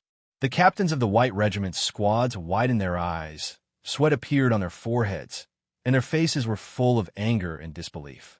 In a corner where no one saw, Akainu walked slowly with a faint smile on his lips. Rumble.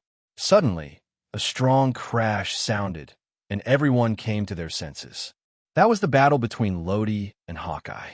They are still continuing and have not stopped because of this incident. However, Luodi's attention was somewhat distracted here. The moment he saw the big vortex spider, he knew that Akainu's estrangement had been successful. The follow-up plan can be implemented immediately.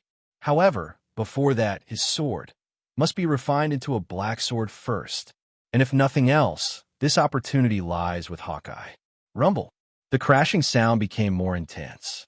The two of them also fought more and more bravely, and the space continued to tremble, as if it would collapse in the next moment. The sky is clear. Not a cloud can be seen for thousands of miles. Under the dazzling sunlight, one left and one right, the collision of the two slashes turned into a green and black arc-shaped shockwave, which extended in all directions at an extremely fast speed until it flew several kilometers away and then slowly dissipated. The originally calm sea surface began to become turbulent, and the amplitude became larger and larger as time went by. When the waves splashed to a certain extent, it was very likely to trigger a tsunami. Buzz! After another cut in the air, Luodi's heart beat suddenly. This feeling, his expression changed slightly, and he flew back, tens of meters away in an instant. For some unknown reason, Hawkeye did not continue to pursue, but instead put away the black knife in his hand without any haste. Is it going to be done? He looked up, his golden eyes locked on the yellow spring in Luodi's hand. I could see that it was surrounded by a rich aura of armed domineering and a little bit of conqueror's domineering. They are constantly intertwined and blended, pouring in and slowly transforming Huangquan with some strange and incomprehensible laws. And when they circulated for a week, they returned to Luodi's body. A strange connection is gradually emerging. At this moment, an invisible bridge seemed to be formed between the knife and the holder. The bond becomes deeper and deeper. As the saying goes, the knife moves at will, which means the knife reaches. Luodi feels this way now. People and swords complement each other, and their thoughts are united. There is nothing in the world that can be cut continuously. It can be regarded as the integration of man and knife in the true sense. Disperse. And when Luodi dispersed the armed color and conquerors covering Huangquan's body, a flash of extreme blacklight came into view under the sunlight. Until now, he could finally be sure the black knife was finished. If the previous underworld was dominated by the demonic power that separated from the devil fruit, then now underworld is completely the soul, or in other words, the sword, which was born from Luodi's years of fighting and the domineering quenching. Soul. It inherited Luodi's will and was completely connected with Luodi. Is this what it feels like? Luodi stroked the blade of the blade gently, and a look of uncontrollable excitement flashed across his eyes. Buzz! Suddenly, Huangquan also trembled slightly, as if responding to him. Good. The corners of Luodi's mouth rose, and he was in a very good mood. Flip the right hand. Huangquan instantly returns to the sheath, and when he looked up, he happened to meet a pair of sharp golden eyes. Thank you very much. Luodi knew that the reason why he was able to refine the black sword was closely related to Eagle Eye's intentional guidance.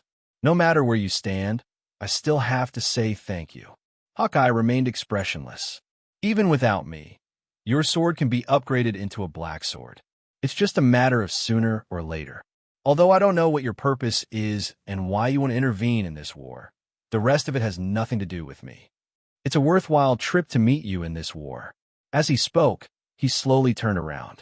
"I hope that next time I see you, your swordsmanship can reach a higher level, and I don't want to disgrace the knife in your hand. It is a good knife." The footsteps gradually dissipated, and the eagle eye gradually faded away. Luo Di looked at his back, and then looked back after a long time. He could see that Hawkeye was actually a very lonely person. Maybe he really enjoys this kind of loneliness, but you must know that human beings are complex creatures and cannot remain unchanged. Maybe one day he'll get tired of it. Previously, Hawkeye had only one friend. As the saying goes, there is no acquaintance without fighting. This is how he and the red-haired Shanks met.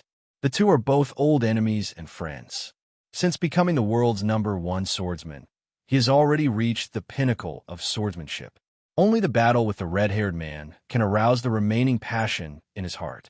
It's just that it's been 12 years. Hawkeye paused slightly. The pirates and marines who were hurriedly running around immediately hid far away, and no one dared to provoke this evil star. Yes, it's been 12 years. He slowly took off the knife behind his back, clasping his hands tightly, but there was a trace of nostalgia in his eyes. 12 years ago, Shanks went to the East Asia Sea and left his left arm there. Since then, the intersection between the two has gradually become less and less. Even if they meet, they will not fight. At most, they will stop for a drink and chat about the recent major events on the sea. And without the red-haired opponent, Hawkeye also successfully realized what it meant to be cold at a high place, and it was an unspeakable loneliness. These 12 years are probably the most boring 12 years for him. There is no more powerful swordsman in the sea. Until today, an interesting but not pure swordsman. I hope you won't get lost on the road to becoming stronger in the future, and I look forward to our next meeting." Reversing his right hand, Hawkeye waved his hand, and the ice surface quickly shattered and finally connected with the knife that Luo Di had slashed before. The future battle between the two is destined to be inevitable. That guy was stabbed so easily by his own pirates. It's so ugly. Whitebeard, I don't want to lose to such a cowardly man like you. Whitebeard's embarrassed appearance made Crocodile extremely angry. Yes, many people on the field woke up. With Whitebeard's strength, it is impossible not to detect it. Even the attacks from his trusted followers can be easily avoided. But the result, do you know what you did? Scared. You actually went to war against your own father. What a stupid son. Facing Whitebeard's roar, Scared slowly closed his eyes. He knew that since he had done it, he would inevitably die. However, during the torturous waiting, what greeted him was not the pain before death, but a warm embrace. With disbelief and incomprehension, he opened his eyes again and saw that although there was pain between the Whitebeard's brows, his eyes were filled with warmth. "Even if you're a stupid son, I still love you." Scared was a little distracted. "I deeply feel how much you hate Roger, but it is such a ridiculous idea that a father's debt must be paid by his son. Ace, what has he done to you? You and Ace share the joys and sorrows, and no matter what difficulties, don't you overcome them together with your companions? It doesn't matter whose child Ace is. We met in this sea. Not only you two, but everyone is my son. Ace isn't the only one who's special. You all are my family." This series of words struck directly into the depths of Scared's soul. Tears dripped down from the corners of his eyes. Regret, endless regret swept over him, and the suppressed emotions made it almost difficult for him to breathe. Before he could say anything more, Whitebeard suddenly let go of his hand. Song Yunxie was shocked, and he walked to the bow of the ship. Speaking of which, the breeze blew on his wrinkled face, and the blood stains at the corners of his mouth were so conspicuous. Even though he was covered in injuries, his posture was still upright. Obviously, everyone knows that this old man who is over 50 years old is close to running out of fuel, but still no one dares to look down on him. Really, the sword is still young. Warring States period. You're fooling me around. This time, Whitebeard was really angry. He had never felt this way even when Ace was arrested. They actually said that I would sell my sons' heads. He inserted Song Yunxia into the bow of the ship, bent his body slightly, waved out his thick and powerful arms, and struck the air with explosive power with his huge fists. Bang, bang, bang. The earthquake fruit activates, and the atmosphere cracks. The strong vibration effect spread rapidly along the air. The ice wall surrounding the harbor collapsed and turned into countless small pieces of ice falling into the sea. As soon as the ice wall disappeared, the marine warship staying in the harbor lost its restraint. Not long ago, Whitebeard ordered the 43 affiliated pirate groups at the head of the bay to attack these warships. Now, their location is not far from the warship, and it only takes a moment to reach them. They can escape smoothly by taking those warships. Create such a way of life for family members. There is no doubt that these are all part of Whitebeard's plan. It's just a pity. After all, it was too late, and the wound on the abdomen could not be healed.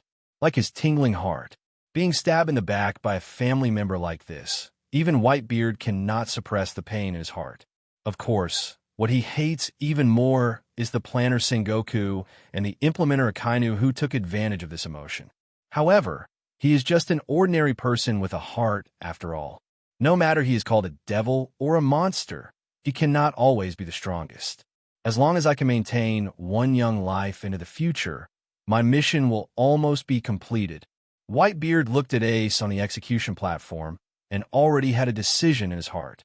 Immediately, he pulled out Song Yunxia. Those who want to follow me must abandon their lives and follow me. With a shocking roar, he took the lead and jumped directly from the bow of the ship. Bang, bang, bang. Luo Di waved his sleeves and robe, and all the crushed ice that swept and turned into powder, dissipating into nothingness with the aftertaste of the vibration. The ice under his feet was shattered by Whitebeard's shock, and the scattered ice could not stand at all. However, this is no problem for Luo Di, who has a Shinigami robe. Has it started yet? Looking up, Whitebeard's muscular body was looming, moving through the crowd. With each punch, several Marines who came to intercept were killed. Marines' plot to instigate rebellion successfully angered all members of the Whitebeard pirates. Whitebeard's injury made them extremely angry. They pursued quickly, but Marine was retreating even faster. Unknowingly, they had arrived in the square. Originally, according to the plan of the Warring States period, the siege wall should have been activated at this moment. But Akiji's ability has become the biggest trouble. The surrounding wall was actually stuck by the ice in the bay when it was activated. And just then, Whitebeard's power activates again. I saw his hands forming claws, violently tearing at the air. Buzz! The 10 fingers exerted force at the same time, and as the arms and wrists moved, the space in front of them twisted and collapsed. In an instant, the mountains and seas changed shape, and the color of the heaven and earth changed. The powerful force erupted from the Jinjin fruit caused the sea to split, showing a high and low feeling of great contrast. The other part of the ability acts on the air, cracking the atmosphere, causing vibrations that are enough to shake the earth, quickly destroying the buildings on Marina Venter and cracking the surrounding land, causing the ground to deform. This is the power of the strongest man in the world, enough to destroy the world. However, Whitebeard's attacks did not stop there. I saw him making a fist with one hand, and the white ball cover instantly condensed. With a punch thrown out, the fruit-shaking ability was activated again. The strong tremor effect drove the air, and an extremely strong shock wave rushed out towards the location of the execution platform. Bang! However, seeing that the shock wave was about to reach the execution platform, it was blocked midway by some strange force, and the impact force could only radiate to the upper and lower sides. But the power still penetrated the hard ground very easily, splashing large amounts of dust. And when the dust dispersed slightly, 3 strong figures were gradually revealed in front of people's eyes. That's the 3 Marine generals. Marine's highest combat power is finally gathered together again. Akiji, Akainu, stands directly in front of the execution platform. On the execution platform, standing respectively were Marine Fleet Admiral Sengoku and Marine Hero Garp. This lineup is extremely powerful and oppressive. Anyone from the four emperors who comes without complete preparations will be trapped here, even Whitebeard, who is known as the strongest in the world. Kakaka. Almost at the same time, under the orders of warring states, the operators in the control room mobilized all the power of Marine Fando, and the siege wall was finally successfully activated. But only one place. That's where little Ozzy fell. Its blood continued to seep down along the gaps, causing problems with that part of the starting device. Coupled with the pressure of his heavy body, a conspicuous gap appeared in the surrounding wall. However, the white pirates had to face an extremely terrifying fact. They were now surrounded. Hundreds of cannons were installed on the surrounding walls, and their dark muzzles were already aimed at the central square. Its thickness is several meters, or even more than 10 meters, and it is made of pure metal, making it impossible for ordinary attacks to break through. There is no way to retreat, and the only breakthrough is where Little Oz is. However, the pirates have yet to take action. Marine was the first to take action. What will happen next will be an inhumane massacre. Akainu, let's begin. Sengoku issued the final order, resolute and decisive, as if announcing the death of the Whitebeard pirates. Akainu stepped forward, his arms turning into hot lava. The high temperature filled the air with water mist, and the fire-colored streamer reflected on Akainu's solemn face, cold and cruel. Then, he clenched his hands and aimed them at the top of his head. Meteor volcano. Bang, bang, bang. Heat waves surged inside the arms that were completely transformed into lava, and a harsh roar erupted. The huge fist of lava shot straight into the sky with the powerful impact of the explosion. One after another, in extremely fast speed, they disappeared from people's sight almost in the blink of an eye, as gorgeous as fireworks but difficult to capture. And when they fell again, it was almost half a minute later. Hundreds of lava fists turned into fire-colored meteors and continued to fall, heading straight towards the central square surrounded by surrounding walls. Under the fiery red halo were the frightened faces of the white pirates. The screams were endless. The ice surface was melted by the fist of lava, and the pirates lost their place to stay. They could only sink into the scalding water and struggle desperately. This place has become a real hell on earth. Luo Di was suspended in midair, and he kicked a falling lava fist away with his feet. The direction happened to be where Akainu was. Damn, Red Dog, you have to do this, right? Luo Di's current location is higher up in the central attic of the Marine headquarters. Not far below him was the place where the Shinigami was staying. Luo Di really didn't expect Akainu to care about their Shinigami pirates so much. While attacking the Whitebeard pirates, he did not forget to take care of them. If it weren't for the magical skill of predicting the future and the combat power on board the Shinigami, Akainu might have succeeded. UB****ch, just wait for me. Before I leave, I have to give you some color to show you. And in front of the execution platform, Akainu suddenly raised his head, bent his feet, and jumped up. As he exerted force on his waist, he punched out his right fist. The lava fist that was falling towards him at a high speed instantly turned into countless fragments and disintegrated in all directions. There's someone above. This attack angle was undoubtedly caused by someone deliberately changing the direction in which the lava fist fell. Moreover, it was not just someone, the power attached to it was also astonishingly great, which reminded him of Luo Di, whom he had fought against not long ago. However, Luo Di is probably feeding the giant Poseidon species deep under the sea. How is that possible when it appears in the sky? Is it Marco the Phoenix? Among the Whitebeard pirates, only Marco has this strength and ability. The next moment, seeing, hearing, and color unfold, and the five senses are enhanced. After Akainu Luo Di, he raised his head again and looked upward. But with just one glance, the person he saw almost made his jaw drop. How is this possible? That kid is not dead. The familiar black robe, the familiar sword, plus the unique momentum. Shinigami Luo Di's costume, he can't mistake it. The slap in the face came so suddenly that Akainu was caught off guard. Sakazuki, what are you looking at? Akiji and Kizaru on the side were a little surprised. Akainu was standing in front of the three of them. Now they turned and looked up, and they could clearly see the change in Akainu's expression. This makes it hard for them to believe. Akainu has always been unsmiling and an iron-blooded soldier. He has never been like this, even when facing Whitebeard. This expression now, they couldn't help but also turn their heads and looked upward. That guy? Shinigami Rodi. Isn't he fighting Hawkeye? Why is he there? There is obviously a gap in the information the three people know. Akainu had been carrying out a divorce plan at the head of the bay before, so he only knew that there had been fierce battles and collisions in the bay, but he didn't know who it was. Akiji and Kizaru are different. They are in the bay and naturally know the duel between Luo D and Hawkeye. The operation is basically going well. The execution of Portcast D. Ace will be carried out immediately. Sengoku's voice echoed throughout the crescent-shaped harbor through the diffuser connected to the phone bug. Akainu and the other three also looked away. Yes, now executing Ace and annihilating the Whitebeard pirates are the primary goals. As for the Shinigami pirates, the four Emperor's pirates have all been destroyed, and none of them who participated in this major event can escape. The executioner received the order and placed a sharp blade on Ace's neck. However, before they could take action, a sudden change occurred. Little Oz, who had already fallen down, suddenly opened his eyes. Even though he was covered in blood and his bones were shattered by cannonballs, he relied on his tenacious perseverance to temporarily regain consciousness. Ace, I want to protect Ace. Little Oz stood half upright. He stretched out his only remaining arm towards the execution platform and grabbed Ace where he was. Get ready to fire.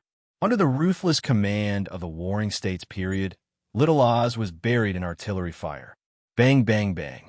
After nearly a minute of continuous bombardment, everyone was shocked to find that Little Oz was still conscious and did not fall down.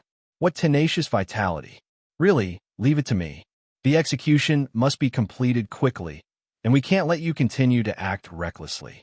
In order to make sure that something similar would not happen again, Kizaru, one of the three generals, stretched out his index finger, and with the golden light flashing continuously, a laser beam went straight to Little Oz's forehead. This blow was enough to penetrate his forehead. Of course, things don't always develop so smoothly. Wow! Almost at the same time, the sea suddenly splashed up with large waves, and the powerful force directly blocked the laser light. Under the mist all over the sky, a figure gradually emerged. Akainu looked directly at the person in front of him. The son of the dragon is really fearless. Yes, the person coming was none other than Straw Hat Luffy, who fell into the sea before.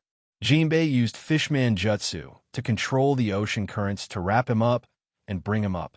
At the same time, he also blocked Kizaru's fatal blow. But the biggest problem is that now Luffy is facing the three Marine generals. That posture looks handsome, but it's just empty air. In front of the three generals, his true strength is not as good as one of their fingers. This is almost the closest place to Ace. Luffy obviously won't give up. Bang, bang, bang. Turning on the second gear, he moved his feet and unleashed all his strength, turning into an afterimage and preparing to break through directly. However, there was a figure faster than him. Golden light particles condensed in front of his eyes. With just a slight kick, his body continued to retreat and hit the wall heavily. Complete crushing. Prepare for execution. Warring States could not wait any longer and issued another order. Aboard the Shinigami, Aiko, who was wrapped in bandages, looked down, a little puzzled. Brother Luo D, tell me, it's obviously just a matter of one knife. Why is it so stained? Ahem. Luo D, who had just returned to the boat and took a sip of juice, choked in his throat and almost spit it out. You were so seriously injured. Why did you run out instead of lying on the bed to rest? Immediately, he raised his hand and gave her a blow to the brain. Ouch! Aiko felt pain and said dissatisfied. Isn't this just to vent your anger? You actually came to talk to me. Luo D snorted coldly. Did I tell you to find Garp? Aiko's face turned red and she remained silent. Luo D continued. Not only did Moria lose her, but she was also injured all over her body. If Lafayette and Smanton hadn't gone to find you, you might not have been able to come back, right? Reflect on yourself this time. Next time, choose between going back to West Blue or going to Sky Island. This time he was really angry. Going head-on against Garp with Aiko's strength is simply asking for death. If something really happened, Luo D didn't know what he would do. Okay, stop reading and go back to rest. Seeing that Aiko was about to drop her little pearl, Luo D softened his tone and patted her back. Aiko rarely retorted and nodded silently. Let's go. Winnie, who had never spoken, stepped forward to help her and sent her back to the room. Aiko knew that Luo D said this because he was worried about her, but she really couldn't help it. In the battle in Impel Down City, Luo D fought against two top experts alone. When he returned to the ship, he was seriously injured. However, one thing Luo D said was indeed right. With her current strength, she was no match for those top experts. She still needs to work harder. After the two left, Lafayette came to Luo D's side. Captain, should we change positions? It's too conspicuous here, and that Akainu seems to have ideas about us. Simonton, who came from behind, also nodded, his face full of solemnity. He has been preparing to deal with us before. Once the Whitebeard pirates are destroyed, we will be next. Luo D touched his chin and thought to himself. After a long time, he shook his head. No, Akainu is playing dirty tricks, but we are playing dirty tricks and blatantly trampling on their marine headquarters. Then, he turned to look at Lafayette again, with a sneer on his lips. Go down and look for any surveillance phone bugs that could still be used. Marine doesn't want the subsequent battle to be exposed, so we won't let them get their way. It can be said that Lafayette obeyed Luo D's orders unconditionally. Yes. White Wings stretched out. He jumped up and jumped straight down. No one expected it. Just when the long knife was about to cut off Ace's neck, the aloof crocodile actually took action. Two sand blades slashed out and penetrated the execution platform, directly taking the lives of the two executioners. Warring States glared angrily, his anger beyond words. UB asterisk asterisk asterisk asterisk asterisk D. Crocodile took a deep breath, blew out a smoke ring from the corner of his mouth, and said expressionlessly, That old man who is dying, I will solve it myself later. Before that, I don't want to see your happy faces. Yes, he also hates Whitebeard and wants him to die. To this day, the pain of being crushed by Whitebeard has been tormenting him. However, what he wanted to see was not the result in front of him. What he wants is to defeat Whitebeard in an upright manner. Marine's dirty trick succeeded in irritating him. For a while, the two sides were in a stalemate, and the plan to execute Ace was delayed again. And in the harbor behind, the fierce battle started again. Come on, swim across the sea to Little Oz and get on the square no matter what. The ice they were standing on was melted by Akainu's ability, and the white pirates fell into complete madness. Coupled with the performance of Little Oz, it is constantly stimulating their nerves. They must rush over and rescue Ace. Smoke filled the air, and the sound of gunfire filled the sky. In order to prevent the white pirates from landing, the Marines kept firing. But what they didn't expect was that instead of retreating, the pirates became more and more courageous as they fought, and continued to move closer like a death squad against the shells. What's going on with those guys? Aren't they afraid of death? Damn it, if this continues, they will break through here sooner or later. In such a bad situation, the white group pirates became more and more courageous. This frightened the Marines. However, this is not over yet. I saw a huge shadow gradually deepening under the vapor-filled sea surface. Puff! Suddenly, the seawater surges and white waves splash. A huge pirate ship loomed under the curtain of water rising into the sky. The white pirates who were swimming forward desperately landed directly on the deck of the pirate ship. The film coated on the surface instantly shattered. This is an outer ship that can move forward with power even if there is no wind. Its speed is extremely fast, constantly approaching the only gap. No, it's coming. Fire, fire quickly. It's all that damn giant's fault. If it weren't for him, the Whitebeard pirates wouldn't be able to make any waves. But it's too late to say anything at this time. No matter how fierce the artillery fire was, it could not stop its progress. Finally, Little Oz used his last bit of strength to catch it, using his only remaining arm as a bridge. The surprise pirate ship of the Whitebeard pirates successfully broke through the siege wall and rushed to the harbor. Come on, Rescue Ace. Occupy Marine Headquarters. The white pirates, armed with swords and guns, swarmed down, shouting and roaring. The power of the Four Emperors pirate group was completely revealed before people's eyes. Captain Luo D, we found it. This surveillance phone bug seems to still have some consciousness. Just as Luo D was observing the situation below, Lafayette's voice suddenly sounded from behind. Luo D slowly turned around, but he did not answer the caller immediately, but looked at his feet. This guy? I saw a humanoid creature lying suddenly on the deck, but because his whole body was wrapped in a marine coat, Luo D could not see his face clearly. He struggled fiercely, and his mouth seemed to be blocked by something. He could not speak, and could only make a strange sound of aha. Bang! Be honest with me. Lafayette kicked the man hard, and a sneer flashed across his pale and scary face. Captain Luo D, I snatched this phone bug from him. Luo D took the phone and looked at it carefully. There is definitely a glimmer of awareness. Its eyes are half open and dull, but occasionally you can see a glimmer of light floating around, which is a state between awake and semi-awake. This shows that at least it is still alive and has the possibility of being awake. Unlike other phone bugs, 80% died in the battle. There are still 19% who are unconscious and completely unable to use. The one in front of me is probably the only 1% that can be used. Thinking of this, Luo D's eyes narrowed, and the air suddenly became heavy. Buzz! A little bit of Conqueror's domineering energy overflowed, pressing down on the phone bug in his hand. The figure who was still twisting violently on the deck suddenly froze, as if feeling some unknown fear. He stopped moving and became more honest. Captain, it seems, awake? Lafayette was closest to Luo D and had been watching the phone bug, so he was naturally aware of its changes. The eyes opened from half to fully open, filled with an emotion called fear. At the same time, part of the projection screen placed on the bow deck kept flickering, and occasionally people could be seen passing by. The figures were clearly Lafayette and Luo D. Well, wake up. Luo D nodded. In fact, ordinary means cannot restore consciousness to it at all, even through physical pain. Only mental pressure, and Conquerors can do just that. You should be able to reconnect after a while. Okay, now let's talk about that guy. Why did you bring him back? This is not like your style, Lafayette. The person Luo D was talking about was obviously the one on the deck.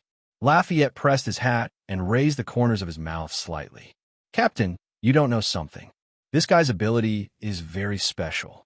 His body can be split into several segments, and he escaped the slashes I unleashed without any damage. Moreover, I also found that except for his feet, the rest of his body can float in the air. It seems that he has eaten some kind of special paramecia fruit. Luo D glanced at the figure wrapped in Marine's coat. So, you want me to take out that fruit? Lafayette nodded. That's right. He could feel that the fruit was very powerful. If it could reach the level of awakening mentioned by Luo D and thus affect external objects, its potential would be simply terrifying. Luo D rubbed his chin, remained silent for a moment, and then suddenly raised his head. That's not impossible. You go find a piece of fruit, and I'll kill it right now. However, as soon as he finished speaking, the figure began to struggle violently again, even more violently than before. Bang! Finally, the marine coat that restrained him could no longer bear it and spread out from the inside out. I saw a clown-like man with a red nose and blue hair rolling out of it. His hands and feet were tied, and there was a, stone stuffed in his mouth. No wonder he makes such weird noises. In fact, Luo D guessed that this person was Buggy when Lafayette mentioned his split ability. In fact, not only that, but his identity can also be discovered from many details. For example, there are still conscious surveillance phone bugs. I'm afraid only Buggy is so lucky to get it. All I can say is that he is worthy of being a person with a lucky fruit ability. After Buggy was freed from the restraints, he looked straight at Luo D and shook his head crazily. Don't you want to die? Luo D naturally understood what he meant. It's not impossible, but you have to follow my orders next, otherwise, I will kill you with a knife. Next, Luo D is going to start a live broadcast, but the protagonist will change. Sabaody Islands. Why is the image interrupted? Hurry up and show the scene of Malinfando. Damn, let's see.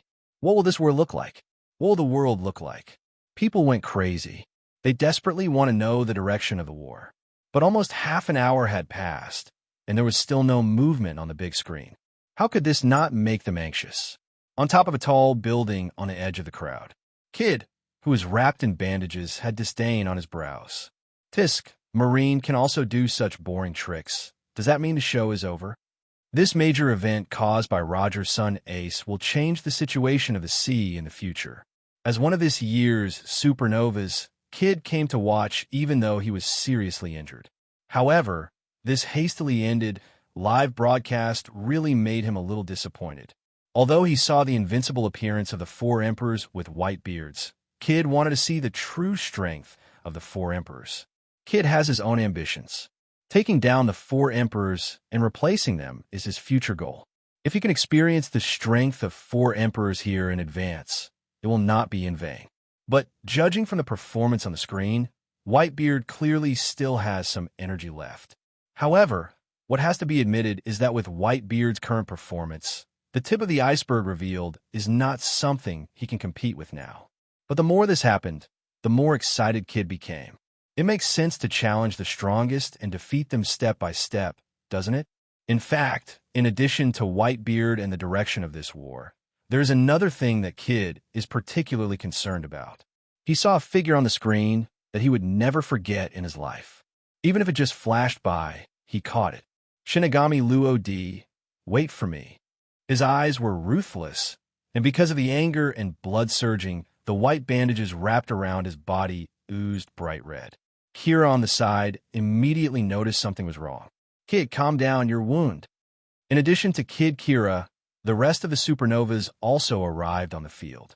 A large ship shaped like some kind of musical instrument. It took a lot of effort to get here, but there was something wrong with the phone bug. How was that possible? Hyaming Apu interrupted the crew member's complaints, his eyes fixed on the big screen. Isn't that so? You are really stupid. You don't want people to see things because you don't want them to see them. What they cover up cannot be made public. Apu thought that there was nothing wrong with his guess. However, the only thing that puzzled him was that the signal was cut off almost at the same time. If it was human-made, there should be at least 1 or 2 seconds of error. And at the moment when the picture disappeared, he clearly heard an extremely strong collision sound. That was the sound of fighting, and he could feel how strong it was even through the screen. The momentum alone is so astonishing. The strength of the people fighting is absolutely terrifying. Apu became more and more curious about what happened to Marinefant. Just wait a little longer and hope the signal can be reconnected. At the same time, the remaining supernovae were scattered throughout the square, watching the big screen closely. Red Flag Drake leaned against the wall, frowning. What happened at Marine headquarters? His intuition told him that things would not end so simply. Just now, he seemed to see the screen flicker and a man in black robe flash past. However, because the speed was so fast, he was not sure whether he had seen it wrong. You. At the edge of the square, a woman with long pink hair kept rubbing her eyes, and her choking voice sounded so clear in this no-man's land. Captain Bonnie. The crew behind him couldn't stand it anymore. However, Bonnie ignored him and continued sobbing to himself. She was in an extremely bad mood now. She really couldn't believe her eyes. What on earth did she see? What had the world's government done to the bear? It's really boring. Get ready to sail, Pabwa. Yes, Captain. Luo carried the knife and walked slowly on the empty street. Next, he will go to Malinfando, where this big incident took place. This was his improvised idea. Because the matter was so important, he had to go even if he had not made any preparations. God's natural enemy. He sighed deeply, then quickened his pace and slowly disappeared into the sea as the polar diver. Swish, swish. Magician Hawkins sat quietly on a stone, constantly cleaning the tarot cards in his hands. Then, he solemnly drew one from it, wearing a black robe and holding a sickle. Shinigami brand, and the object of his divination. I see. Is this why Marine turned off the image? However, Now that he already knows the result, there is no need for him to stay here. There is no point in continuing to wait. Immediately, he stood up slowly. However, as soon as he turned around, a burst of exclamations erupted from the big screen. Coming. Let me tell you, the image is not turned off. It's just that the signal is temporarily lost. Let's see. Just wait a moment. Won't it be fine? Quick, quick. I must record it this time. Phew. The face-to-face confrontation between the Whitebeard pirates and Marine is finally here. It's really exciting. Fortunately, I didn't leave just now. Otherwise, I would have missed it. The screen keeps flickering and gradually stabilizes. The scene finally focused on the Whitebeard pirates and Marine. I have to say, this angle is excellent. From a high position, you have a panoramic view of the entire Marine headquarters, and you can immediately see the changes in the situation on the field. Most people in the square were watching intently. Only a small number of people are aware of one problem. That is, who took the photo. They can be sure that the previous pictures did not have this perspective at all. It's so abrupt, there must be something fishy in it. Of course, these are not what they should focus on now. The outcome of this war is what matters most. Someone in the crowd suddenly exclaimed, "Wait a minute, look at Whitebeard's chest. He's actually injured. Who did it? What happened in that blank time just now?" A strong man with a knife analyzed it. That was a stab wound. It was a big wound. It penetrated from the chest to the back. There was no time to stop the bleeding, and it seemed to have been left not long ago. Whitebeard's current condition is very bad. Could it be that the man who is known as the strongest in the world died today? Do you want to fail here? Someone raised doubts. Did Marine use some dirty trick? Otherwise, how could Whitebeard be so seriously injured? Hey, have you forgotten? Mihawk, the world's best swordsman, is also there. If it is him, it is not impossible for Whitebeard to be injured. That's true. No one on the field knew what caused Whitebeard's injury. However, they still knew what it meant for Whitebeard to be injured. I don't know who made a sigh. Is the Whitebeard pirates who roam the sea finally going to perish? What will the sea become like? Joy, sorrow, anger, sadness. People's emotions vary. But what's more is confusion about the future. Red Nose, hold on tight. If the phone bug is lost, your feet will sink to the bottom of the sea forever. In midair, Luo D flew slowly. At the rear, Buggy's feet and parts above them are divided into two parts. Both feet were wrapped in the black smoke clouds released by Luo D. The other part floated on its own and followed behind him. At this moment, Buggy was holding a phone bug in his hand, and the direction was pointed downwards. This is why the melon-eating people in the Sabaody Islands can see it so clearly. Don't worry. Even if I die here today, I won't let the phone bug suffer any loss. Buggy was so frightened that he could hardly speak clearly. Throwing your feet into the sea? What a joke. That almost spelled his death. The weakness of Buggy's abilities lies in his 2 feet.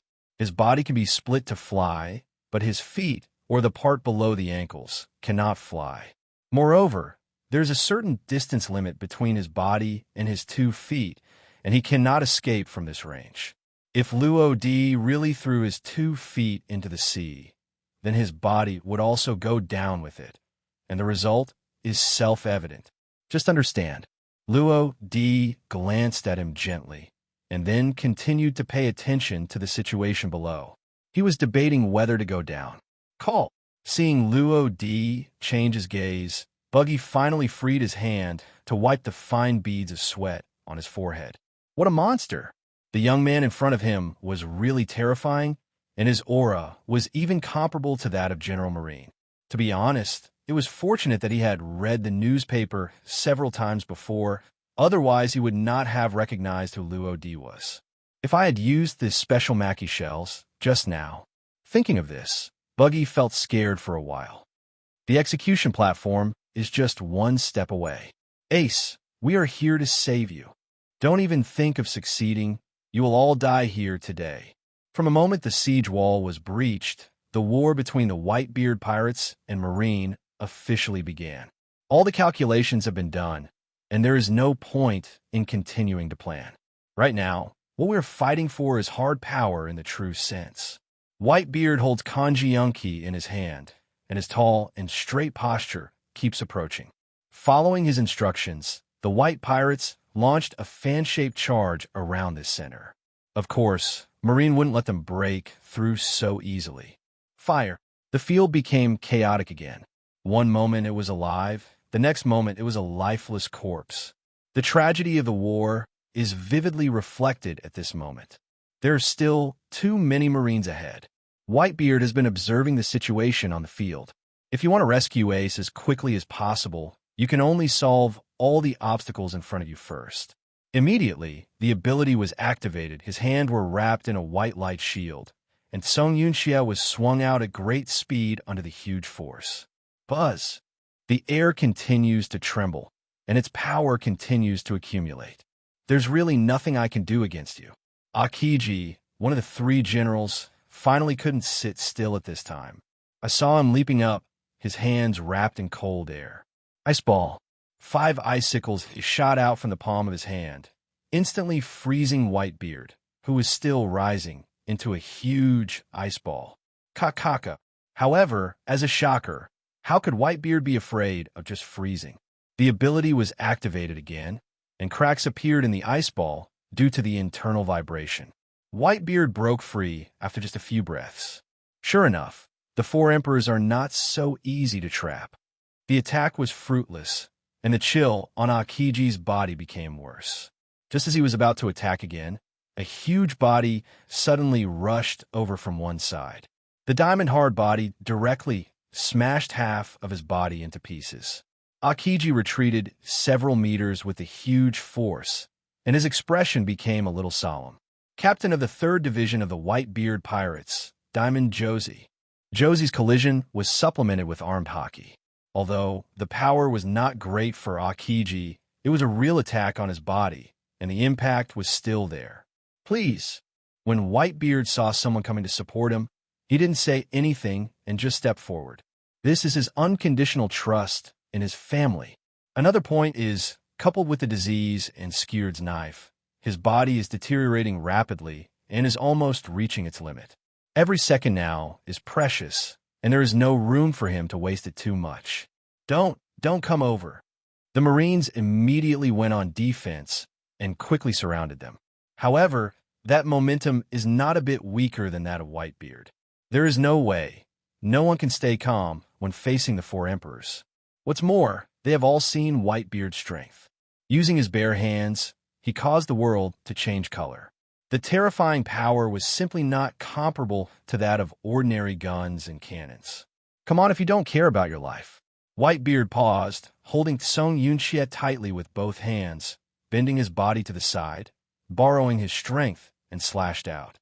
Almost at the same time, a red figure rushed over at extremely fast speed.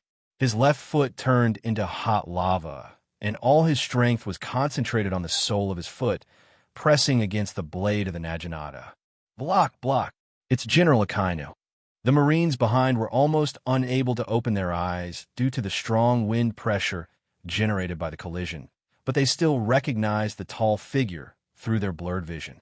The person rushing towards him was none other than Akainu Sakaski, one of the 3 Marine generals. If you continue to make such a fuss, this island will not be able to sustain it. Then just take good care of it. At this moment, neither side gave in. Akainu snorted coldly. His entire left arm completely turned into lava, and the magma continued to seep out. You all have to stay here today, Whitebeard. Whitebeard also raised his right hand, and his right fist was wrapped in a white mask. With a punch, the space seemed to burst. Bang! When the 2 fists connected, the color of heaven and earth changed. The surrounding pirates and Marines kept retreating. The battle between the general and the 4 emperors is indeed not something we can participate in. This depressing feeling is really terrifying. If you get even slightly closer, breathing will become difficult. What's even more torturous is the mental pressure. Do we really want to go down? What Luo Di did next made Buggy tremble. He was really scared from the bottom of his heart. Oh, do you have any objections? The Shinigami robe continued to float with the heat coming from below. Luo Di's face did not change, but slowly fell towards it. Are you really crazy? Can we participate in the battle between those 2 guys? I still want to live for a few more years. From the scratching of his head and head, it could be seen that Buggy is really anxious. He forgot about one hand, but he still held the phone bug in his hand. In excitement, my hand slipped, and the phone bug fell directly. That location was where Whitebeard and Akina clashed. Remember what I said? Red nose. Luo D geared up and smiled without saying a word. Buggy's scalp was numb from the sharp eyes staring at him. I'm going to get it back right now. Immediately, he dived down with almost all his strength, and a thin layer of sweat appeared on his forehead again. He had to get it back quickly, otherwise the consequences. He felt a lump in his throat just thinking about it. What's more, his life gate is still in Luo D's hand, so he can't escape. Whitebeard and Akainu noticed the movement above them at the same time. There is a strange smell approaching quickly. Immediately afterwards, both of their arms exerted force at the same time. The heat wave shot up to the sky with a trembling effect, centered on the two of them. Buggy, who had just caught the phone bug, was keenly aware that something was wrong. However, as luck would have it, his body had just reached a limit distance, and the pulling feeling made him very uncomfortable. As a last resort, he could only soar diagonally upward, and this happened to allow him to avoid the fatal shockwave. It's hot, damn, what is that? Of course, it is not completely avoided. Buggy's arm was still rubbed by the impact airflow, and a corner of his clothes was burned away. The skin underneath was instantly burned, and large black smoke emitted. Is this the lucky fruit-capable user? Sure enough, there is something BT. Luo D overlooked the entire scene, but more attention was still on Buggy. To have escaped the fatal blow by chance shows how heaven-defying Buggy's luck is. At this moment, a gaze with extreme coldness suddenly locked on him. Luo D's perception is very keen. Look for the source. His eyes finally fixed on the execution platform. Ace's expression was extremely painful, and his face was almost distorted. Veins appeared on Garp's forehead, and his fists were clenched, obviously suppressing something. However, their attention has always been on the battlefield. Only Buddha Sengoku, who was wearing a pair of frog glasses and his long beard tied into a twist, raised his head slightly and looked up at the sky. Shinigami Rodi, after seeing and hearing the situation, he became aware of Luo D's existence. Also noticed the phone bug on Buggy's hand. That's Marine's exclusive video phone bug. The recorded images can be transmitted to specific large-screen receivers around the world for live broadcast. Damn it! Aren't all the phone bugs inoperable? Why can that one still work? Warring States noticed the special situation of the phone bug, and its wide eyes undoubtedly showed that it could still be used. This frightened him. In this battle, Marine can only succeed and cannot fail, even if some underhanded methods are used. But this will also bring many negative impacts to Marine, not to mention the inhumane pirate massacre plan after the siege wall was activated. The number of Marines who were slaughtered regardless of friend or foe after the release of pacifism, and the number of Marines who were killed or injured by Akainu's large-scale attack, were both numerous. All these phenomena highlight Marine's image of being cold-blooded and ruthless, and using any means necessary to achieve the goal. There is no doubt that these are negative and will damage Marine's good image in the minds of ordinary people. Even if Marine wins in the end, ordinary people will doubt Marine's existence. These are what the Warring States period did not want to see. Therefore, he ordered all images to be turned off. I just didn't expect that the battle fluctuations between Luo D and Hawkeye would come faster, directly causing all the video phone bugs to lose their recording ability. Based on this, and because there were important plans to implement in the future, he stopped caring about those phone bugs. Now it seems that this decision may be his biggest mistake. Immediately, he took out another special communication phone bug from his arms, with an endless coldness on his face. Hello. Baloo Baloo. Baloo Baloo. Kizaru, who was fighting Marco, heard the voice of the phone bug. His body turned into golden light and retreated to a safe position. Moses. He looked at the black phone bug on his wrist, his brows full of doubts. Hey, that's weird. It's obviously been connected. Why isn't the person on the other end talking? Then, he tried to ask again. Hey, can you hear me? That, General Kazu. A sudden sound from one side attracted Kizaru's attention. He turned his head and faced a serious but somewhat helpless face. You have forgotten that the phone you have is a black phone bug, used for eavesdropping. Kizaru was stunned for a moment, then scratched his head in hindsight. That's it. Normally your communication phone is kept in the inner bag. This Marine general had worked under Kizaru before, so he naturally knew some of his habits. And his reminder did have an effect. Sure enough, Kizaru took out a phone bug from his inner bag, and its shape was basically the same as that of the Warring States period. Hello. Sure enough, it was connected so late again. Forget it. Now is not the time to talk about this. Kizaru, there's an urgent task for you. You first look up at the sky above Whitebeard and Akainu. As soon as he finished speaking, Kizaru subconsciously raised his head. I saw two figures standing in the air under the scorching sun. One of them is holding a phone bug and wearing a marine coat.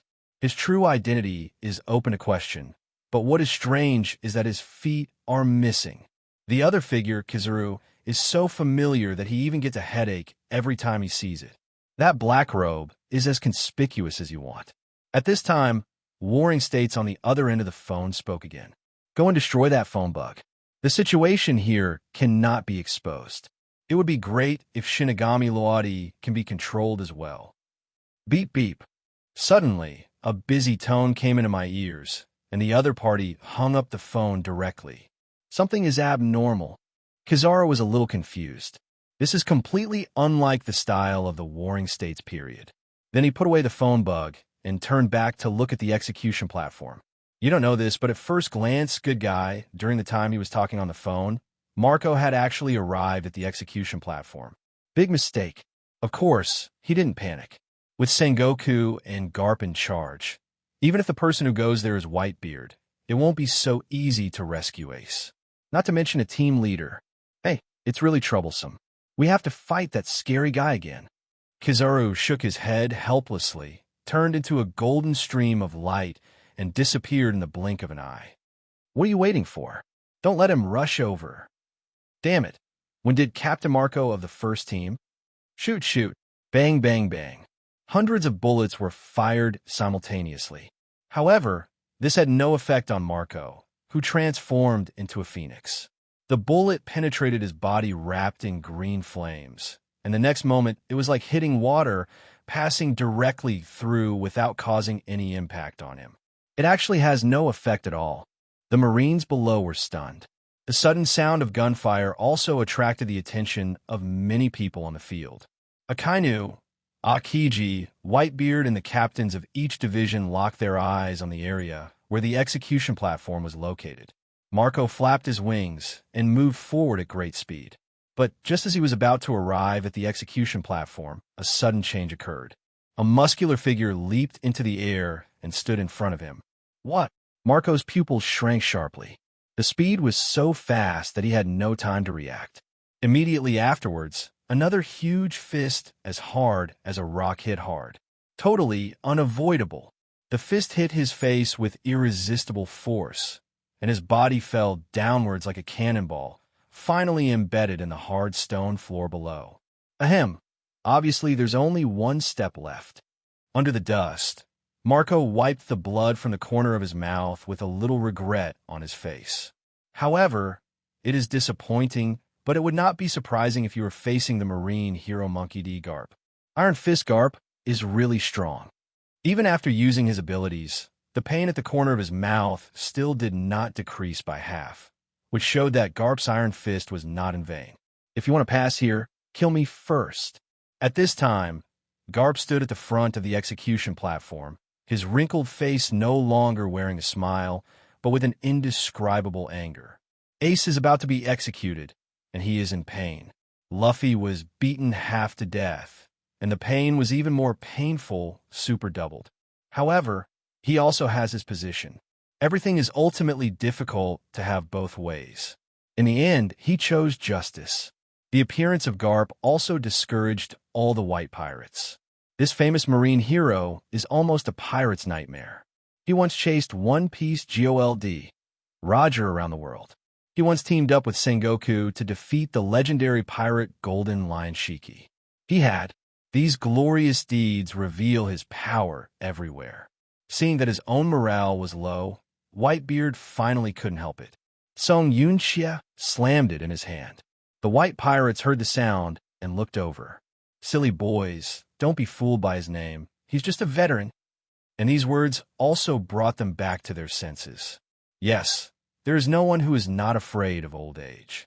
Not even their father, 4 Emperors Whitebeard, can escape, let alone Garp, who is slightly older than him. Come on, rescue Ace in one go. He's just an old man. There's nothing to be afraid of. The white pirates regained their morale and launched another attack. However, Marine is not a vegetarian. Jean Mamoru, who was double-teamed from the rear, successfully arrived at the port with his pacifism.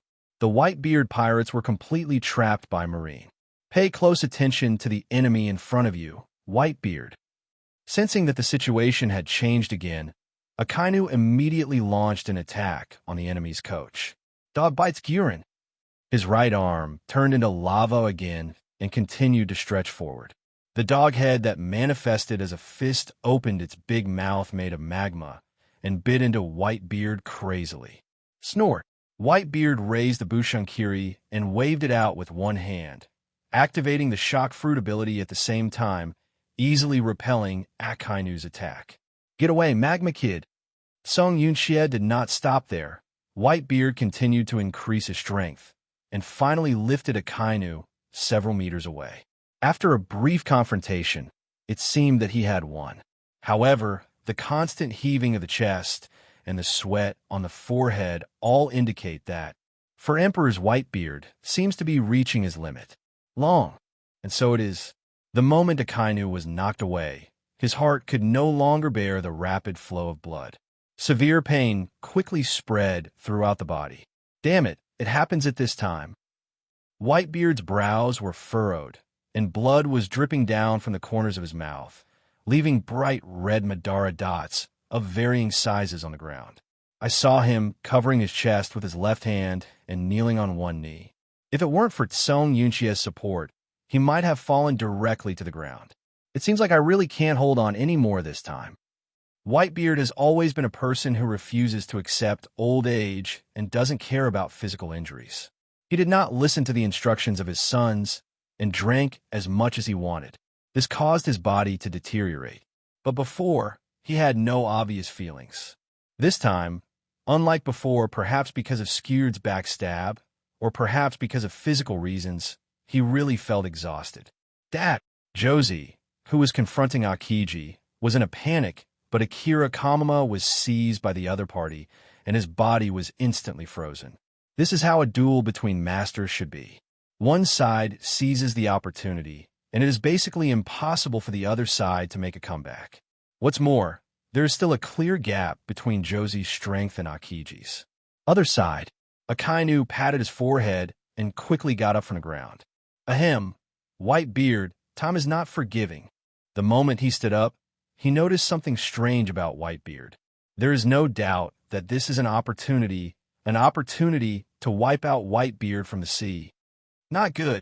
Marco, who was about to rush to the execution platform again, noticed the situation here with his peripheral vision. Akainu is preparing to kill him.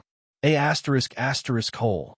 Without any time to think, he immediately changed direction. His legs turned into afterimages, and he almost used all his strength. As the ship's doctor, he knows the father's physical condition best. The time when the hidden disease attacks is also the time when Dad is at his weakest. Akainu launched an attack at this time, and Dad couldn't resist it. However, no matter how fast he was, he could not reach Akainu, who was only a few steps away. He was a step too late after all. Just let me take you to hell. I saw Akainu start ejecting, and the fiery fist that turned into lava was wrapped in magma and swung out at a speed that was difficult to catch with the naked eye. This punch completely penetrated Whitebeard's body. However, the fist did not stop there. The arm continued to extend. Dad! At this time, Marco's mind was entirely on Whitebeard, and his perception of danger was reduced to a minimum. He never expected that Akainu would include him when he attacked Whitebeard. The pupils reflected the ever-expanding lava fist, and Marco had no time to stop it. Like a white beard, his chest was also penetrated by the fist. Bang! A violent explosion sounded. Lava fragments are flying everywhere along with the magma. Akainu actually exploded that arm. Under the endless black smoke, no one knew what was going on inside. But the final scene of punching two people through was captured by the video phone bug in Buggy's hand. Whitebeard and Phoenix Marco were both defeated. It's simply unbelievable. Is this the strength of General Marine? Akainu's performance showed how powerful Marine is. Ordinary people are more confident. Haha, okay. That devil will finally be eliminated. Marine is so powerful. So what's there to be afraid of? Surely these damn pirates wouldn't have thought that they would still have this day, right? The emotions of the pirates are varied and different. The strongest man in the world was defeated just like that. Taking advantage of others' danger, Whitebeard is obviously ill. In addition, the incision on the chest cannot be treated in time, and his body must have been unable to hold on for a long time. Marine is really despicable. It's just a meaningless war. Once Whitebeard dies, the new world will become the Three Emperors, but someone must take over the vacated territory. I can already foresee how bloody the new world will be in the next few years. News reporters are constantly recording the news on the screen that can shock the world. Tomorrow, the whole sea will boil because of this. Will the Whitebeard pirates, one of the Four Emperors, be eliminated? No one can give a definite answer. But everyone knows that after this battle, the forces on the sea will be reshuffled, and Marine's momentum will continue to rise. After that, it was a crazy time. Whitebeard just died like that. Buggy couldn't help but rub his eyes, unable to believe what he saw. They had obviously just reached an alliance, but the next moment, their ally died. He had originally hoped that Whitebeard could kill Marine enough so that he could directly harvest the results of the battle and stabilize his position in the hearts of the impelled-down prisoners. But he never expected that Whitebeard would die. And just when he was stunned, he suddenly felt pain in his back. "Hey, what are you doing, Dash?" Then a huge force was exerted on him and pushed him downwards and away. He was a little puzzled at first, but out of the corner of his eye he caught a glimpse of a golden light. The location where the shot happened to be where he had been before. Could it be that? It's so scary to be able to avoid this. Countless light particles gathered and condensed, and Kizaru's figure gradually appeared. His long face with a ring of stubble was slightly unkempt. However, he was indeed surprised. His laser beam was not easy to dodge, and he could clearly feel that Buggy had no defense. The one who did all this was Luo D behind him. "We meet again, Kizaru." Luo D shrugged. "I have to say that the ability to foresee the future is truly amazing. Just like now, he let Buggy avoid Kizaru's attack very easily. But there's a saying, even if Buggy is hit, nothing will happen. How could a person with an incredible number of lucky numbers be afraid of a mere Marine general?" Luo D's eyes were locked on Kizaru, with a teasing smile on his face. "Are you here to arrest us?" In the battle at Impelled Down, due to Garp's intervention, Luo D had to run away, so the winner between him and Kizaru had not yet been decided. Of course, I'm afraid that won't work this time. After all, this is Marine's headquarters. However, it can still be done with a little struggle. It just happened to allow him to become familiar with his newly acquired ability of predicting the future. General should let him increase his proficiency more quickly, right? I originally had this plan, but now it seems that I should complete another simpler task first, right? With that said, Kizaru turned into a beam of light again and arrived in front of Buggy almost instantly. Then, under the other party's frightened gaze, he stretched out his hand. However, before his hand fell, a stream of air filled with terrifying power shot out. Because there was a bit of domineering in it, Kizaru had no choice but to stop and retreat. Phew, it's so dangerous. Buggy was trembling with fear. Although he didn't know why Kizaru evacuated, he was not a fool. Taking advantage of this gap, he quickly flew behind Luo D. Now, all he can rely on is Luo D. This guy, Kizaru frowned. He suddenly couldn't see through Luo D. He was able to stop him in time at such a close distance. I don't know if it was because he was confused or something. However, he must catch Buggy or else destroy the phone bug. 8-foot beautiful Magatama. He suddenly turned into photons and flew into the sky. A dazzling golden light flashed between his hands, and countless light bullets were shot out from his palms, covering an area of nearly 100 meters, completely covering Luo D and Buggy. But in the electric light and flint, Luo D suddenly raised his right hand, and a strange black smoke emerged, forming a perfect protective shield. Bang, bang, bang. Light bombs continued to fall, and the sound of collisions continued. Even the dazzling sunshine cannot cover it with the radiance that fills the sky. The people watching through the screens in the Sabaody Islands were stunned by the fierce battle. What is going on? Why is Marine General Kizuru here? Who is fighting him? Looking at this posture, it seems difficult to determine the outcome for a while.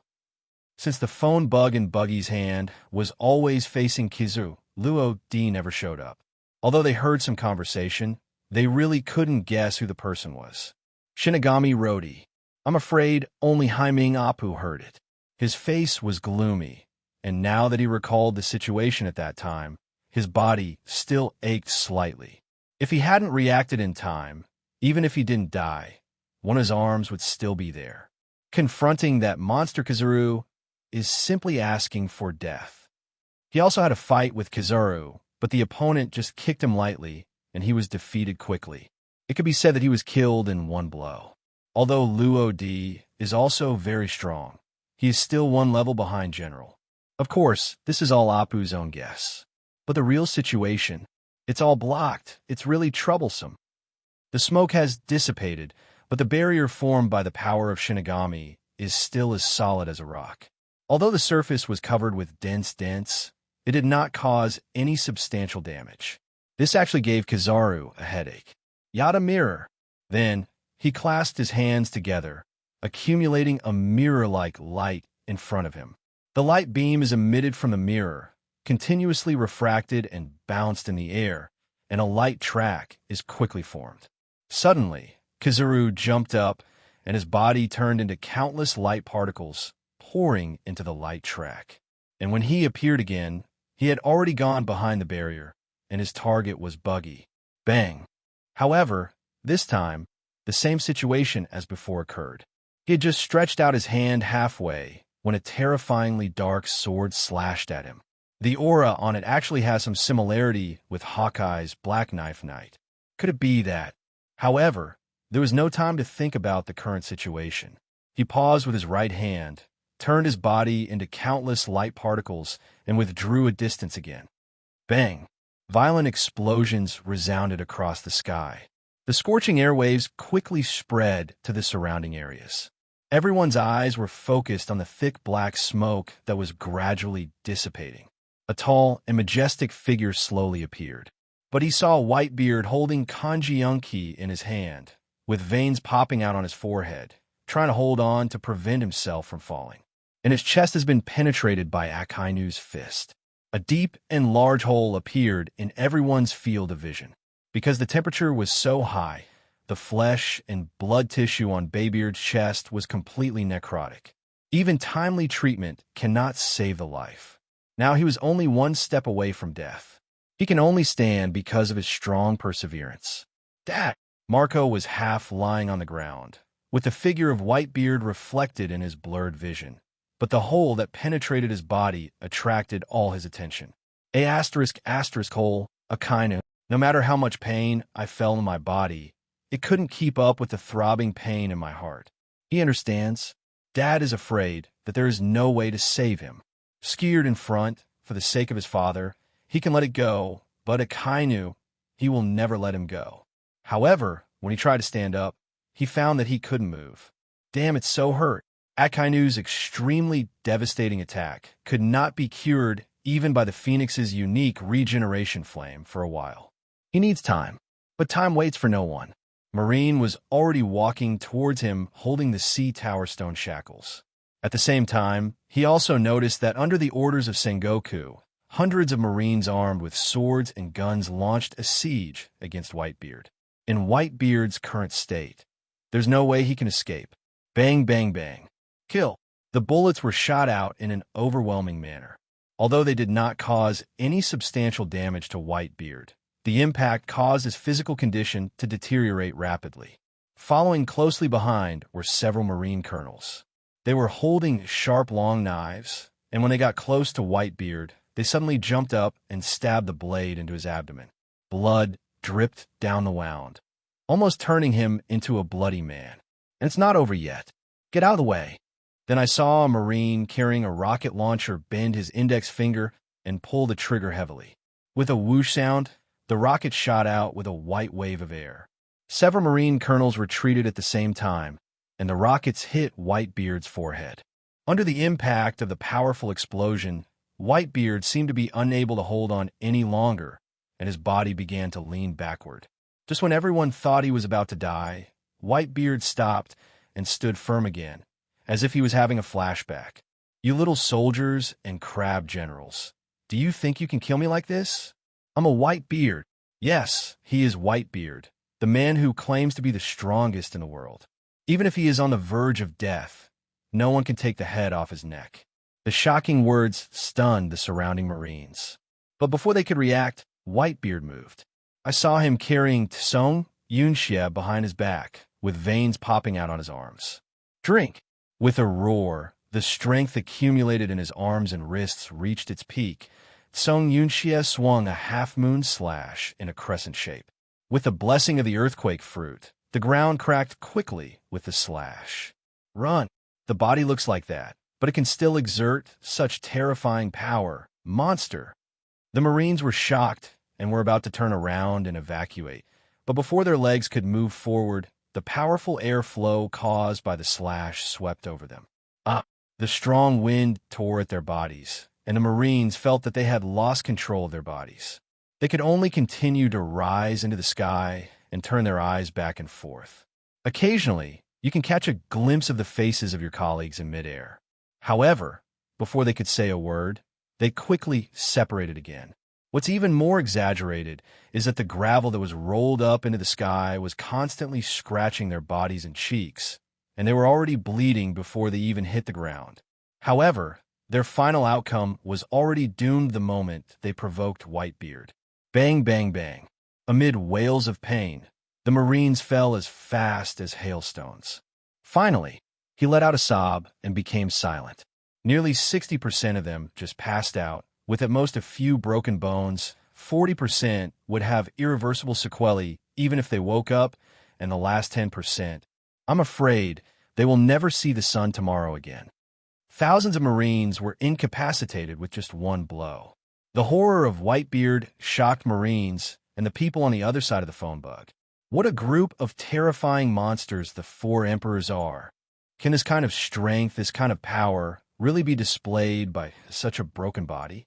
He is a Whitebeard after all. The people who were badmouthers before didn't dare to say anything. They just looked at the screen blankly. To be honest, not even 1 person out of 10 has actually seen Whitebeard in person. At most, they can only read it in newspapers and listen to it from other people's mouths, without having a specific concept at all. And now, the power of the Four Emperors is truly displayed in front of them. Can they not be horrified? At this moment, the camera flipped again. In the end, it settled on a man in black robe. Hey, what's going on? Where's Whitebeard? Director. Asterisk hole. If there wasn't only one lens. MD. Lousy is watching with excitement. Why is he here suddenly? Don't let me find out who's fiddling with the camera, or I'll make you look good. By the way, do you think this man in black robe look familiar? Really? Hiss, when you say that, it seems familiar, as if I just saw it not long ago. That's Shinigami Luo D. Everyone from near and far knows this, so that means the guy who fought Kizaru is him. The other side of the phone seemed to be responding to his statement, but he saw countless golden light bullets passing by, and there was no doubt that it was Kizaru's attack. 8-foot beautiful Magatama.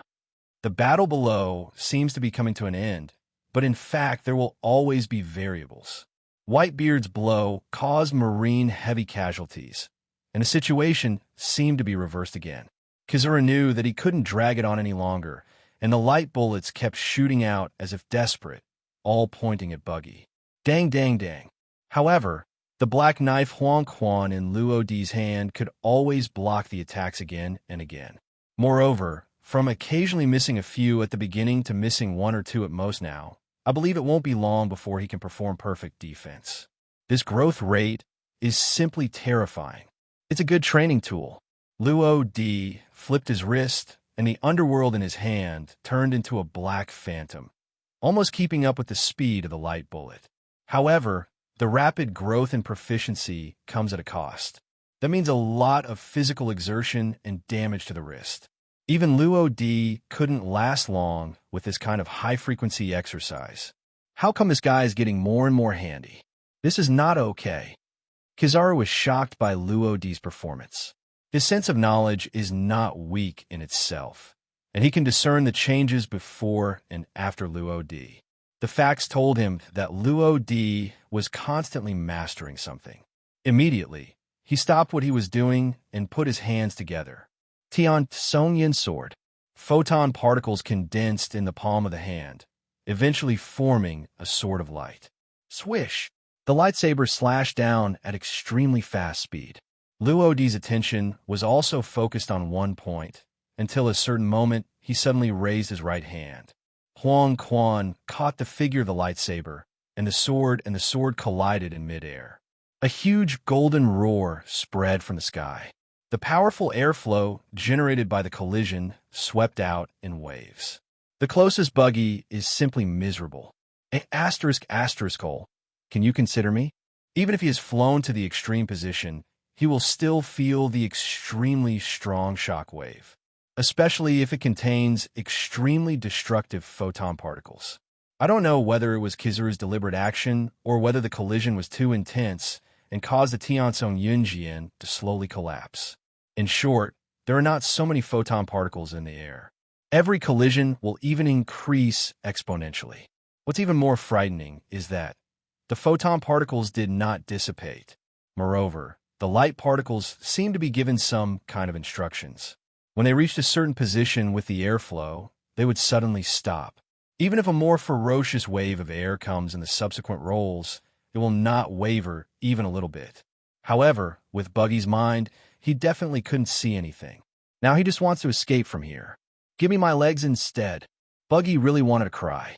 Those light particles were constantly cutting into his body because they were mixed with a little domineering energy, which made him suffer endlessly. As for the phone bug he was holding, since Luo Di had previously added a layer of Shinigami power to its surface, it was not affected at all. From beginning to end, Buggy is just a clown. This guy is dishonest. He is actually planning something. While Luo Di was fighting with Kizaru, he also noticed something unusual around him. The scattered photon particles flew nearly 100 meters and then stopped, which was abnormal. Moreover, there seems to be some kind of connection between them. They blend and condense with each other, and they seem to want to seal off this area. Bang! After another collision, Kizaru suddenly retreated 2 steps away. Young people have sharp perceptions, or did you discover it? Realizing that Luo Di had discovered his plan, he stopped hiding it and made it clear that he was indeed planning something, because his game has been laid out. Oh, looking at you so confidently, you seem to have convinced me. Luo Di took back Huang Quan, but in the corner where Huang Yuan could not see, the sharp blade had cut Luo Di's index finger, and the blood continued to flow out and was swallowed by the black knife. Soon, the surface of the blade was coated with a blood-red halo. The brand-new black sword has not yet shown its true strength since it was forged. Just in time to test the waters with Kizaru. No, don't say that. If I don't trap you by then, will I still have this old face? Okay, there's no point in talking so much.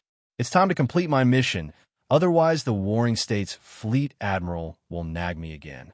As he spoke, Kizaru raised his right hand and rubbed his middle finger and thumb against each other. Snap! With the sound of snapping fingers, a dazzling golden light burst out from the fingertips and shot straight into the sky. The surrounding golden light particles that were originally motionless seemed to have triggered some mechanism and started to rotate rapidly at the same time. A circular light band is generated. Moreover, as the rotational speed continues to accelerate, the light particles stack up and down in an arc, eventually forming a complete spherical barrier, completely blocking this space. Its radius is nearly 100 meters, and its coverage is extremely wide. After doing all this, Kizaru suddenly stretched out his index finger. The golden light flashed again, and the next moment, a beam of light shot straight out. But the direction of his attack was not Luo D and Buggy, but the golden light shield above. Not good. Luo D's pupils shrank sharply. He foresaw something bad. Immediately afterwards, he flipped his wrist, and Huang Quan, who had not yet finished gathering his momentum, slashed out heavily. The blood-red crescent slash swept towards Buggy. Why is this happening? Buggy has been paying attention to Luo D and Kizaru, and naturally noticed the extremely oppressive slash. He didn't understand. Was Luo D trying to kill him? If that's the case, why delay until now? This makes no sense at all. Or does Luo D have any special hobbies? But no matter how much he guessed, he couldn't figure out the reason. He could only close his eyes obediently and welcome the arrival of death. Call out. When Kizaru's small beam was absorbed by the golden mask, a huge beam with a radius of 1 or 2 meters was reflected from it. The location where the beam shot happened to be where Buggy was. This is the future that Luo D foresees. However, this time he blocked it in advance. Luo D's slashing was controlled just right, almost arriving at the moment when the beam was about to hit Buggy. The golden beam and the red slash collided with each other, and after a moment of stalemate, they canceled each other out. But the impact airflow generated by the collision still caused Buggy to fly backwards, and it was not until his body hit the golden light shield that he could stop. Ahem, am I going to die? Buggy was suspended in midair, almost knocked out and suffering a concussion. In the haze, he seemed to see countless golden lights falling from the sky and finally condensed into Kizaru. Buggy rubbed his eyes and ignored the phone bug in his hand as it quickly fell downwards. Everyone is dead, but the phone bug is still useful. Wait, phone bug? He was extremely impressed by Luo D's words. If the phone bug was lost, wouldn't his legs be? At this moment, Buggy suddenly wakes up. When he was about to pursue downwards, Kizaru in front of him stopped. Still want to run? Unfortunately, it's too late. The corner of Kizaru's mouth raised, and with a wave of his right hand, which was wrapped in an armed color, he actually lifted Buggy up with his bare hands. Below, Luo D also stretched out his hand and held the phone bug that was about to hit the golden light shield in his hand. Immediately afterwards, Huang Quan swung out heavily in his hand. The boundless darkness spread rapidly. Dark realm, unfold. Kizaru seemed to feel something and looked down, but what he saw was pitch black. Even if he used the sight color, he could only see 2 or 3 meters away. Luo D disappeared, or, in other words, Luo D was a little far away from him. In this strange space, he could not sense or see it. Playing hide and seek, Kizaru looked around again, but the golden light shield was clearly visible. This thing cannot be swallowed up even by Luo D's dark realm. This space is only about 200 meters away. Where can you hide? Luo D. Kizaru just carried Buggy. His body turned into a golden stream of light and shuttled back and forth in this space. In fact, there was no need for him to target Luo D. However, at the moment when darkness fell, he clearly saw Luo D take away the phone bug. Sengoku's mission is to let him deal with the phone bug. His twists and turns really took a lot of effort. Bang! Bang, bang, bang. I can't get out. Luo D leaned close to the edge. He wanted to go out directly through the teleportation effect of the dark field, but he was blocked by the golden barrier in front of him every time. Sure enough, the general is not incompetent. Involuntarily, Luo D's mood became heavy. If he couldn't go out and stayed here with Kizaru, he would definitely be the one who suffered. After all, this is Marine's headquarters. 3 generals, 1 fleet admiral, and 1 marine hero. This battle is no joke. We have to think of a way. Luo D rubbed his chin, looking thoughtful. What's going on? Why did the screen suddenly go black? F asterisk asterisk K. I can't see anything. Which be asterisk asterisk asterisk asterisk asterisk D is controlling the phone bug. Can you be more steady? Do you think there's a possibility that the signal is cut off again? Who knows what's going on? What on earth is Marine doing? You don't want people to see it. Didn't you talk about the public execution before? These are happening one after another. You don't want us to see it at all. As soon as Luo D's dark realm was opened, the screen became pitch black, and the tortured phone bug retracted directly into its snail shell. The outside world was too scary, and it never wanted to come out again. On the other side of the screen, Luo D looked at Huang Quan's hand and thought of a solution. Huang Quan, it's up to you whether you can break this thing open. Just in time, you can also try the power of that move. You can definitely do it, right? Immediately afterwards, he waved his right hand, and the sharp blade slashed his left arm. The blood continued to seep out and was eventually absorbed by Huang Quan, and the aura on its body became more and more majestic as the blood poured into it.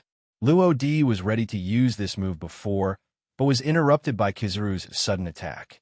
Now, once the Dark Realm opens, Kizaru cannot lock him, so naturally that situation will not happen again. Final solution, boundless purgatory.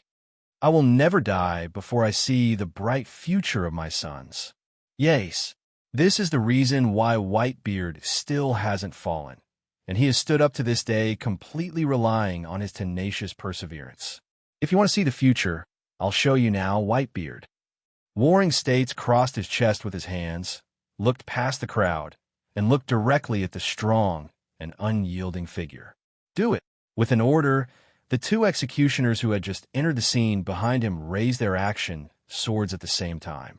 When Whitebeard saw this, he was immediately filled with anger, and his already dilapidated body could no longer hold up in an instant. Blood flowed from the corner of his mouth, and he waved Song Yunxia. However, as soon as he cut halfway, he paused again, and his body couldn't stop leaning forward. Dad!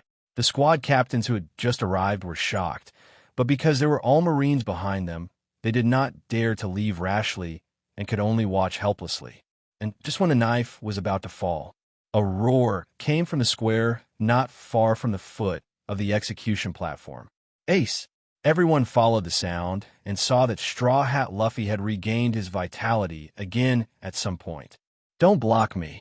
With a ferocious look on his face, he stretched out his arms and threw away the surrounding Marines in front of him, running very fast on his legs. But with such a long distance, he simply couldn't teleport there instantly. Ah, Ace! Finally, his anger reached its peak, and the urge to save Ace kept stimulating his brain. Some kind of strange ability seemed to be suddenly stimulated at this moment. Buzz! The space suddenly trembled, and Conqueror's Haki continued to spread around Luffy. The surrounding Marines seemed to have lost their souls. Their eyes became distracted, and after standing upright for a moment, they all fell to the ground. On the execution platform, the two executioners' swords that had fallen halfway were also violently slapped. The next moment, they fell down almost at the same time, and the swords in their hands fell to the ground just close to Ace's neck. That turned out to be Conqueror's Haki. The Straw Hat Boy actually has this kind of potential. I thought only Ace and Dad. Conqueror's Haki is a superpower that only one person in a million possesses. Its owner has the potential to become a king. Ace's younger brother is indeed extraordinary. The eyes of the white pirates who had not yet fallen were all surprised, but at the same time, they also saw a glimmer of hope in Luffy. He might be able to save Ace. Young ones, Whitebeard, who had already fallen to the ground, also realized this possibility. He stood up with force and used the head on his neck to attract the remaining Marines. Immediately afterwards, he waved his hand and yelled at the squad members surrounding him. From now on, protect Straw Hat Luffy with all your strength. Whitebeard bet all his remaining chips on Luffy. Dad! The captains of each division and the remaining white pirates were stunned for a moment, but said nothing and rushed straight towards Luo D. Marine over there also took action. Several Marine lieutenants launched a siege on Luffy at the same time. The white pirates followed closely behind and arrived immediately. One side attacks, the other defends. Luffy continues to advance under the cover of everyone. Soon he came to the foot of the execution platform. Damn it! How do we get up there? Luffy's eyes kept moving, but he still couldn't find the way up. Until the emergence of another core figure in the Revolutionary Army broke the deadlock. Now it's our turn to take the stage. I'm sorry that I'm still bothering you before your injury is healed, but I need your strength now. Ivankov looked at Luffy's back and gradually stopped. And suddenly 2 pairs of scissors protruded from his thick blue-purple hair. It's a piece of cake, little Ivan. Lightning, deputy commander of the Revolutionary Army's Great Line Army, emerged directly from Ivan's hair. He jumped up, and as he ran, the scissors in his hands cut a trail on the ground. The trail twisted like a spiritual snake until it was pulled to a distance of nearly 200 meters. The 2 scissors clamped and flicked it hard in one go. Its extreme distance happened to be on the execution platform, and the trail was once again fixed into a solid road, enough for several people to walk on it. The ladder is set up okay. Luffy's face lit up when he saw the direct path, and his feet moved faster. How can I let you pass so easily? I am Lieutenant General Marine. If you want to get through here, step on my body, Straw Hat Luffy. Luffy never thought that the person blocking his way would be his grandfather. In fact, Garp was also very painful. He had always wanted to train Ace and Luffy into qualified Marines, but he didn't expect them to become pirates in the end. This situation is something he doesn't want to face now. There are always many unsatisfactory things in life, and I will not show mercy. Garp took a deep breath. At this time, Luffy was only 2 or 3 meters away from him. Luffy, I want to treat you as my enemy. With a roar, Garp's huge fist slammed down on the side of his waist. However, when he saw Luffy's face, he felt dazed again. At this moment, he hesitated. There's a saying that a hesitant person is weak. Luffy seized the opportunity, turned on the second gear, jumped up, and hit Garp hard on the face with his rubber fist. With just one punch, the world-famous Marine hero was quickly defeated. The strong body continued to fall from the stairs, and finally fell into the stone floor below. Lieutenant General Garp. The Marines were stunned. This means failed? So easily defeated? Final solution, boundless purgatory. Luodi's eyes were bloodshot. Veins appeared in his hands that were holding Huang Quan tightly, and his strength was released to the maximum. Conqueror's haki and armed haki are intertwined, and then the power of Shinigami penetrates both arms. This power is terrifying to the extreme. When the aura on his body was condensed to its peak, he saw a shadow of Shinigami holding a sickle appear behind Luodi. At this moment, the fruit seemed to have reached another level, and Luodi had the illusion of soul sublimation. However, the current situation was urgent, and there was no room for him to think about it. Cut! With one slash, the strong smell of blood spread all around, and the dark field also changed from extreme black to weird red. It has been homogenized. The blood-red color continued to spread, and when it touched the golden mask used by Kazu, it saw that the originally indestructible mask was flickering as if it had been eroded by some irresistible force. It was just a stalemate for a few seconds, and there was only a bang sound, the mask shattered, and the bright red was still pushing outward. Ow! Kazura looked at the blood-colored mist around him, and his visibility was reduced to less than half a meter. In fact, this was nothing. What puzzled him even more was the light shield he released actually broke. But how is this possible? That's something that even Akainu's lava can't break through, just relying on the red mist around it. However, no matter what, if it is broken, and there is no point in thinking about it so much. Hey, it seems that this task cannot be completed. Shinigami Luodi, it is really scary. Kizaru shook his head helplessly. Now there is nothing he can do. He could only barely break through the Dark Realm before, but now he had a hunch that he would never be able to break through. Trying would be useless, so he might as well save some energy. This red mist will definitely dissipate. It's just a matter of time. After going out, I didn't know how to explain it to warring states. Trouble. Next time you have this kind of mission, don't come to me. And just when he was about to be completely ruined, his ears twitched slightly and his whole person became alert. There's something moving around. Luo D left the bloody space and returned to the outside world. He didn't bother with Kizaru inside. The underworld that controls part of the devil fruit's power will train him well. In fact, since Huang Quan transformed into a black sword, it has acquired self-awareness. From the devil fruit controlling the sword to the current sword controlling the devil fruit. This is not a concept at all. It can exert more powerful power. Now that it combines Luo D's blood, weapon color, conquerors, and Shinigami's power, even a general may fall into it. However, there are limits to boundless purgatory. When all the abilities given by Luo D are used up, they will disappear. The stronger the people inside, the shorter the time they can maintain. With Kizaru's fighting power, he could only be trapped for 10 minutes at most. However, this time is completely enough for Luo D. As it happens, the war on top is about to reach its climax. His time to enter is almost here. What happened just now? The screen suddenly turned from black to red. No. The screen returned to normal again. Look, damn, what on earth is Marine doing? One Piece Roger's son, Ace, has been rescued. That's Straw Hat Luffy, the captain of the White Beard Pirates and one of this year's supernovas. They were the ones who rescued Ace. It's incredible. Is Luffy really Ace's younger brother? Look under the execution platform. Isn't that the Marine hero Garp? How embarrassed is he? Are Straw Hat Luffy and Phoenix Marco really that powerful? Hey, wait a minute. Garp's full name is Monkey D. Garp. Straw Hat Luffy's full name is Monkey D. a Luffy, a pirate, a Marine. I never thought about it before, but now it seems there must be some kind of connection between them. No wonder Garp is so embarrassed. He must not dare to take action. Is this still Marine?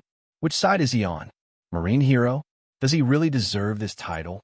At this moment, when the image was completely exposed, everyone watching on the Sabaody Islands couldn't help but fall into doubt.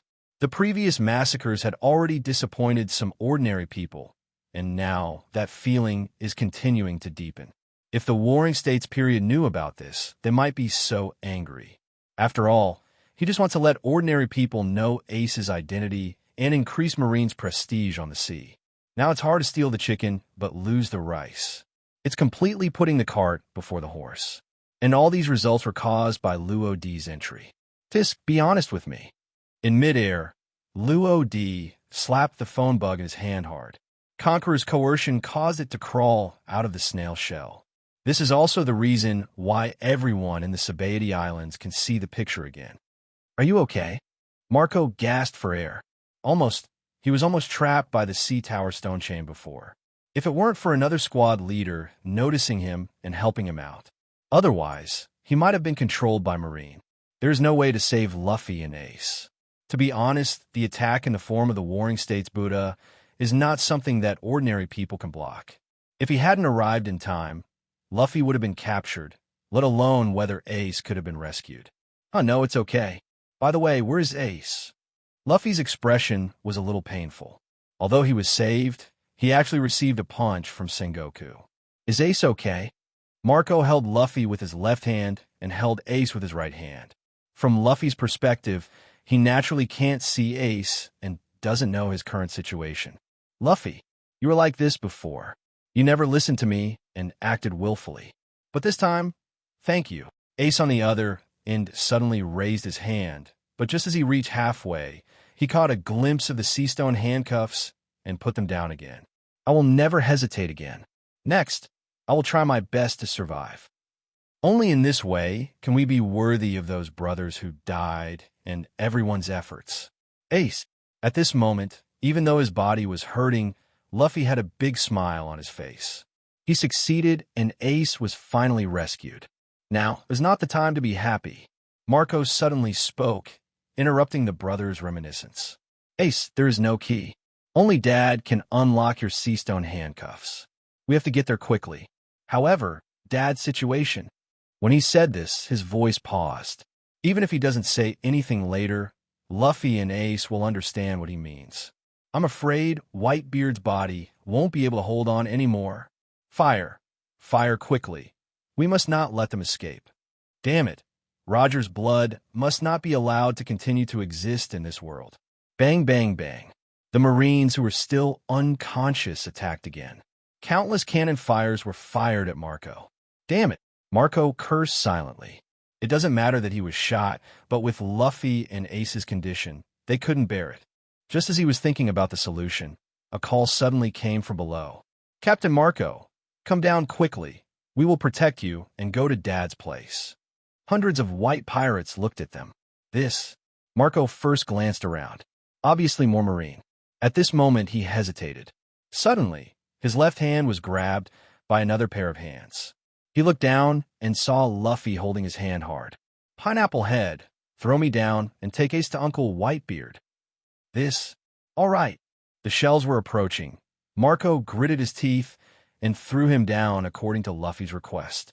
Then he pulled his right hand and Ace was protected by him. Alone, he can still protect Ace. Luffy, wait for me. Ace kept his eyes locked on Luffy. He knew what he had to do now, so he didn't stop it. More importantly, he believed in Luffy. This situation is really ever-changing. It seems Marine can't stop it. By the way, where's the Marine General Kizaru who fought against Shinigami Rodi? I remember he was still in the camera before the screen went black. Isn't Shinigami Rodi missing too?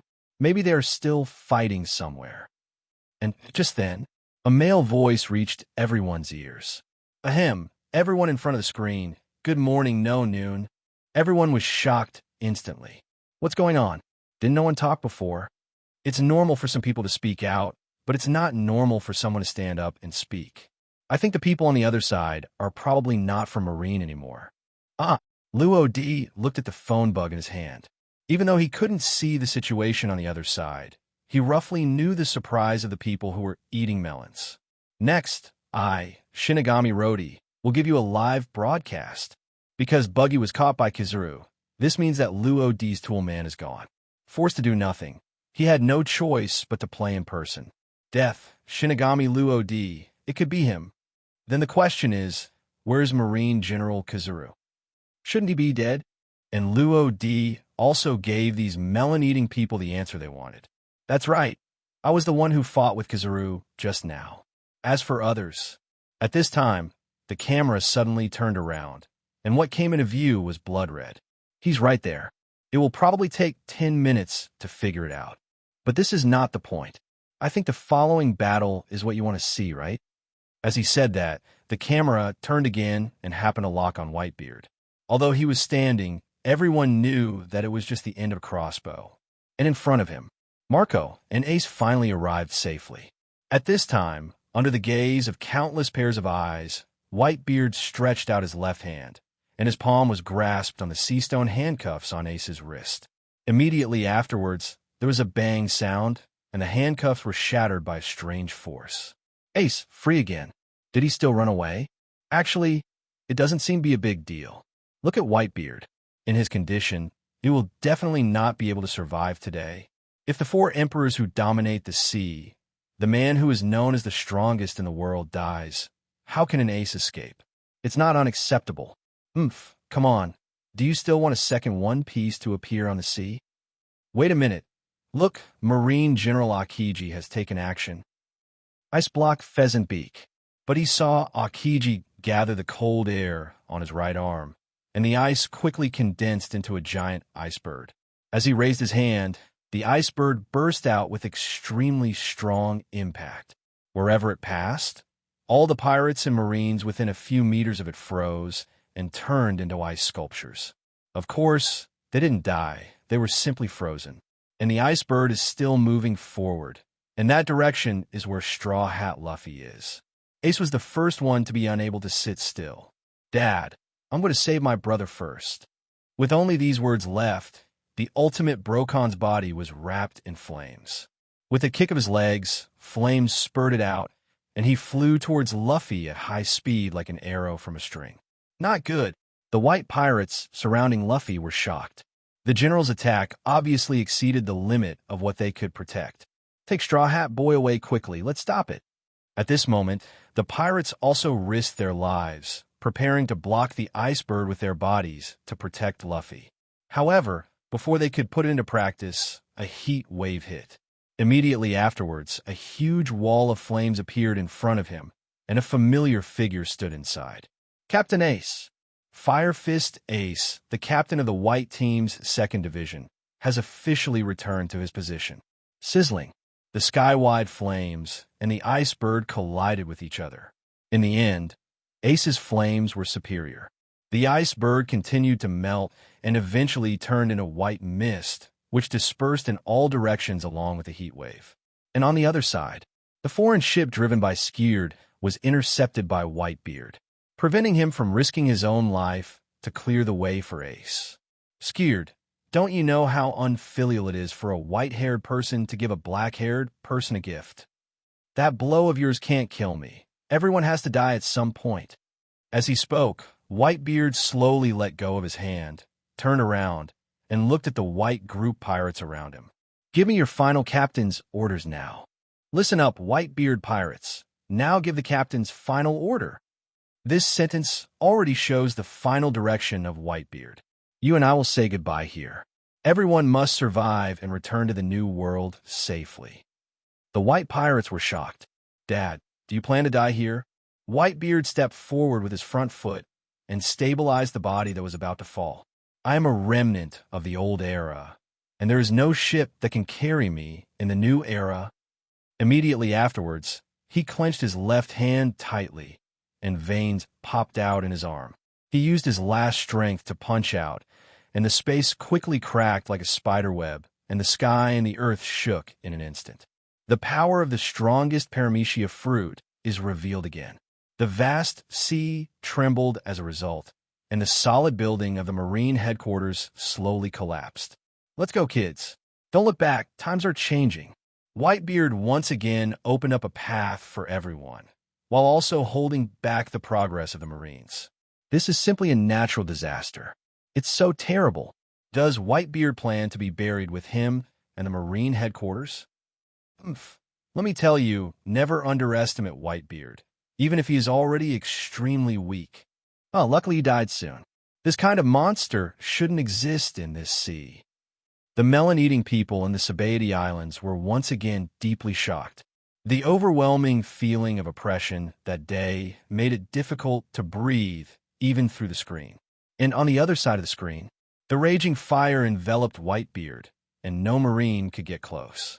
However, the top-down lens that covered the whole scene clearly captured Whitebeard laughing up to the sky. What is he laughing at? It is clear that he is about to die, but he can still face it calmly. Is this the courage of the 4 emperors? Actually not. What Whitebeard smiled that was Ace's recognition of him, his son's recognition of him. Time flies. The white pirates listened to Whitebeard's advice and retreated at full speed. Just at this time, Akainu appeared again. They immediately retreated as soon as they rescued Ace. The Whitebeard pirates really have gathered a bunch of cowards. There is no doubt that this is a provocative method. Don't fall for his obvious provocation. If you stop now, you will play right into his hands. However, Akainu's next words made Ace stop instantly. But the captain is so virtuous, so there's nothing we can do about it. After all, Whitebeard is just a loser from the last era. The words loser kept irritating Ace. It also aroused the anger in his heart. Take back what you just said? Akainu sneered. Take it back? I will never take it back. He knew that Ace had taken the bait, but he would have to add some strong ingredients to make him lose his mind completely. Your father, Joel D. Roger, conquered the Great Channel and used his own life to open the door to a new era called the Great Pirate Age. As a Marine, it may not be right for me, but he does deserve the title of One Piece. Compared with him, what about Whitebeard? If you bow down to Roger while he is still alive, you will not be able to become a true king after his death. In other words, he will never be able to compare with Roger. If you think about it carefully, he is really a pitiful man. He has been on the sea for decades, but he has been unable to become king. He has achieved nothing. Before his death, he was stabbed by his idiot son who deceived them with sweet words, but he died to protect them. It is really empty. Life. Whitebeard died as a loser, which is very suitable for his status as a garbage manager. With a series of words, Ace's anger has exceeded the critical point. Shut up. Whitebeard is the great pirate who created this era. Ace was wrapped in fire, as was his anger. The whole body's strength is gathered at one point, and that fiery fist is the origin of his name, Fire Fist. However, Akainu, who ate the most destructive fruit in Logia, was certainly not weak at all. In other words, this is what he was waiting for. His right arm was completely transformed into lava, and the magma covering the surface caused the air to continue to heat up, rolling up bursts of white mist. Bang! The two fists collided with each other, which was a battle between fire and magma. It is also the alternation between the new era and the old era. But it ended with Ace's right hand being burnt. Is this the strength of General Marine? What did it kind of mean by that statement? That's obviously a provoking method. TSK, this Ace is still too stupid. He will be fooled. But this is good. This son of crime can be dealt with together. The pirates should not dare to act recklessly in the future. Hey, I think this is probably the worst move Marine has made. New World has 4 emperors who are trying to balance each other. If one of them is missing, how crazy will the sea become? As soon as these words came out, no one said anything else. Instead, they looked at the screen quietly, falling into deep contemplation. The atmosphere suddenly became heavy, but the next picture made their jaws drop. One Piece Roger, Revolutionary Long. The sons of these two people are actually sworn brothers. It's really surprising. Your bloodline is already unforgivable. Anyone can escape, but you can't. I saw Akainu suddenly pass over Ace, and the lava-covered fist hit Luffy hard. Luffy was extremely weak at this time, and the hormones little Ivan had injected into him were reaching their limit. He had no time to dodge at such a fast speed, and could only watch helplessly as the fist fell. Only, what finally fell was not a blazing fist, but scalding blood. Ace's chest was like a white beard, completely penetrated by Akainu. He blocked Akainu's attack. The body is used. Ace. Luffy was stunned. All he could see was Ace's penetrated figure. Blood slowly fell down his face. You seem to still have some energy. Fire Fist Ace. At this time, Akainu raised his fist, preparing to give Ace the final blow. However, the fist has not fallen yet. Jinbei and Marco rushed over at the same time. Jinbei raised his hands to block the fiery fist, and Marco hugged Luffy and Ace and quickly evacuated. Tread, other side, below the execution platform. Garp put on his marine coat and slowly approached with heavy steps. This time he really couldn't help it. Bang! However, just as he was halfway there, a big hand reached out from behind and pushed his head to the ground. What do you want to do? Are you crazy? Garp, the visitor is none other than Marine Fleet Admiral Sengoku. Just stop me like this. Warring states, otherwise I will be unable to restrain myself and kill Sakazuki. He watched Ace and Luffy grow up. Both of them are equally important in Garp's heart. With Akainu's punch, the anger accumulated in his heart could no longer be suppressed. If it weren't for Sengoku, he would really kill him. Hello, everyone. As we wrap up this video, I want to share a quick note. I have a Patreon account. If you'd like to support me and enjoy on-demand audiobooks, you can become a Patreon member. Alternatively, you can check out my Google Drive link, which has 500+ novel audiobooks available through my Ko-fi or Patreon shop. I appreciate your support.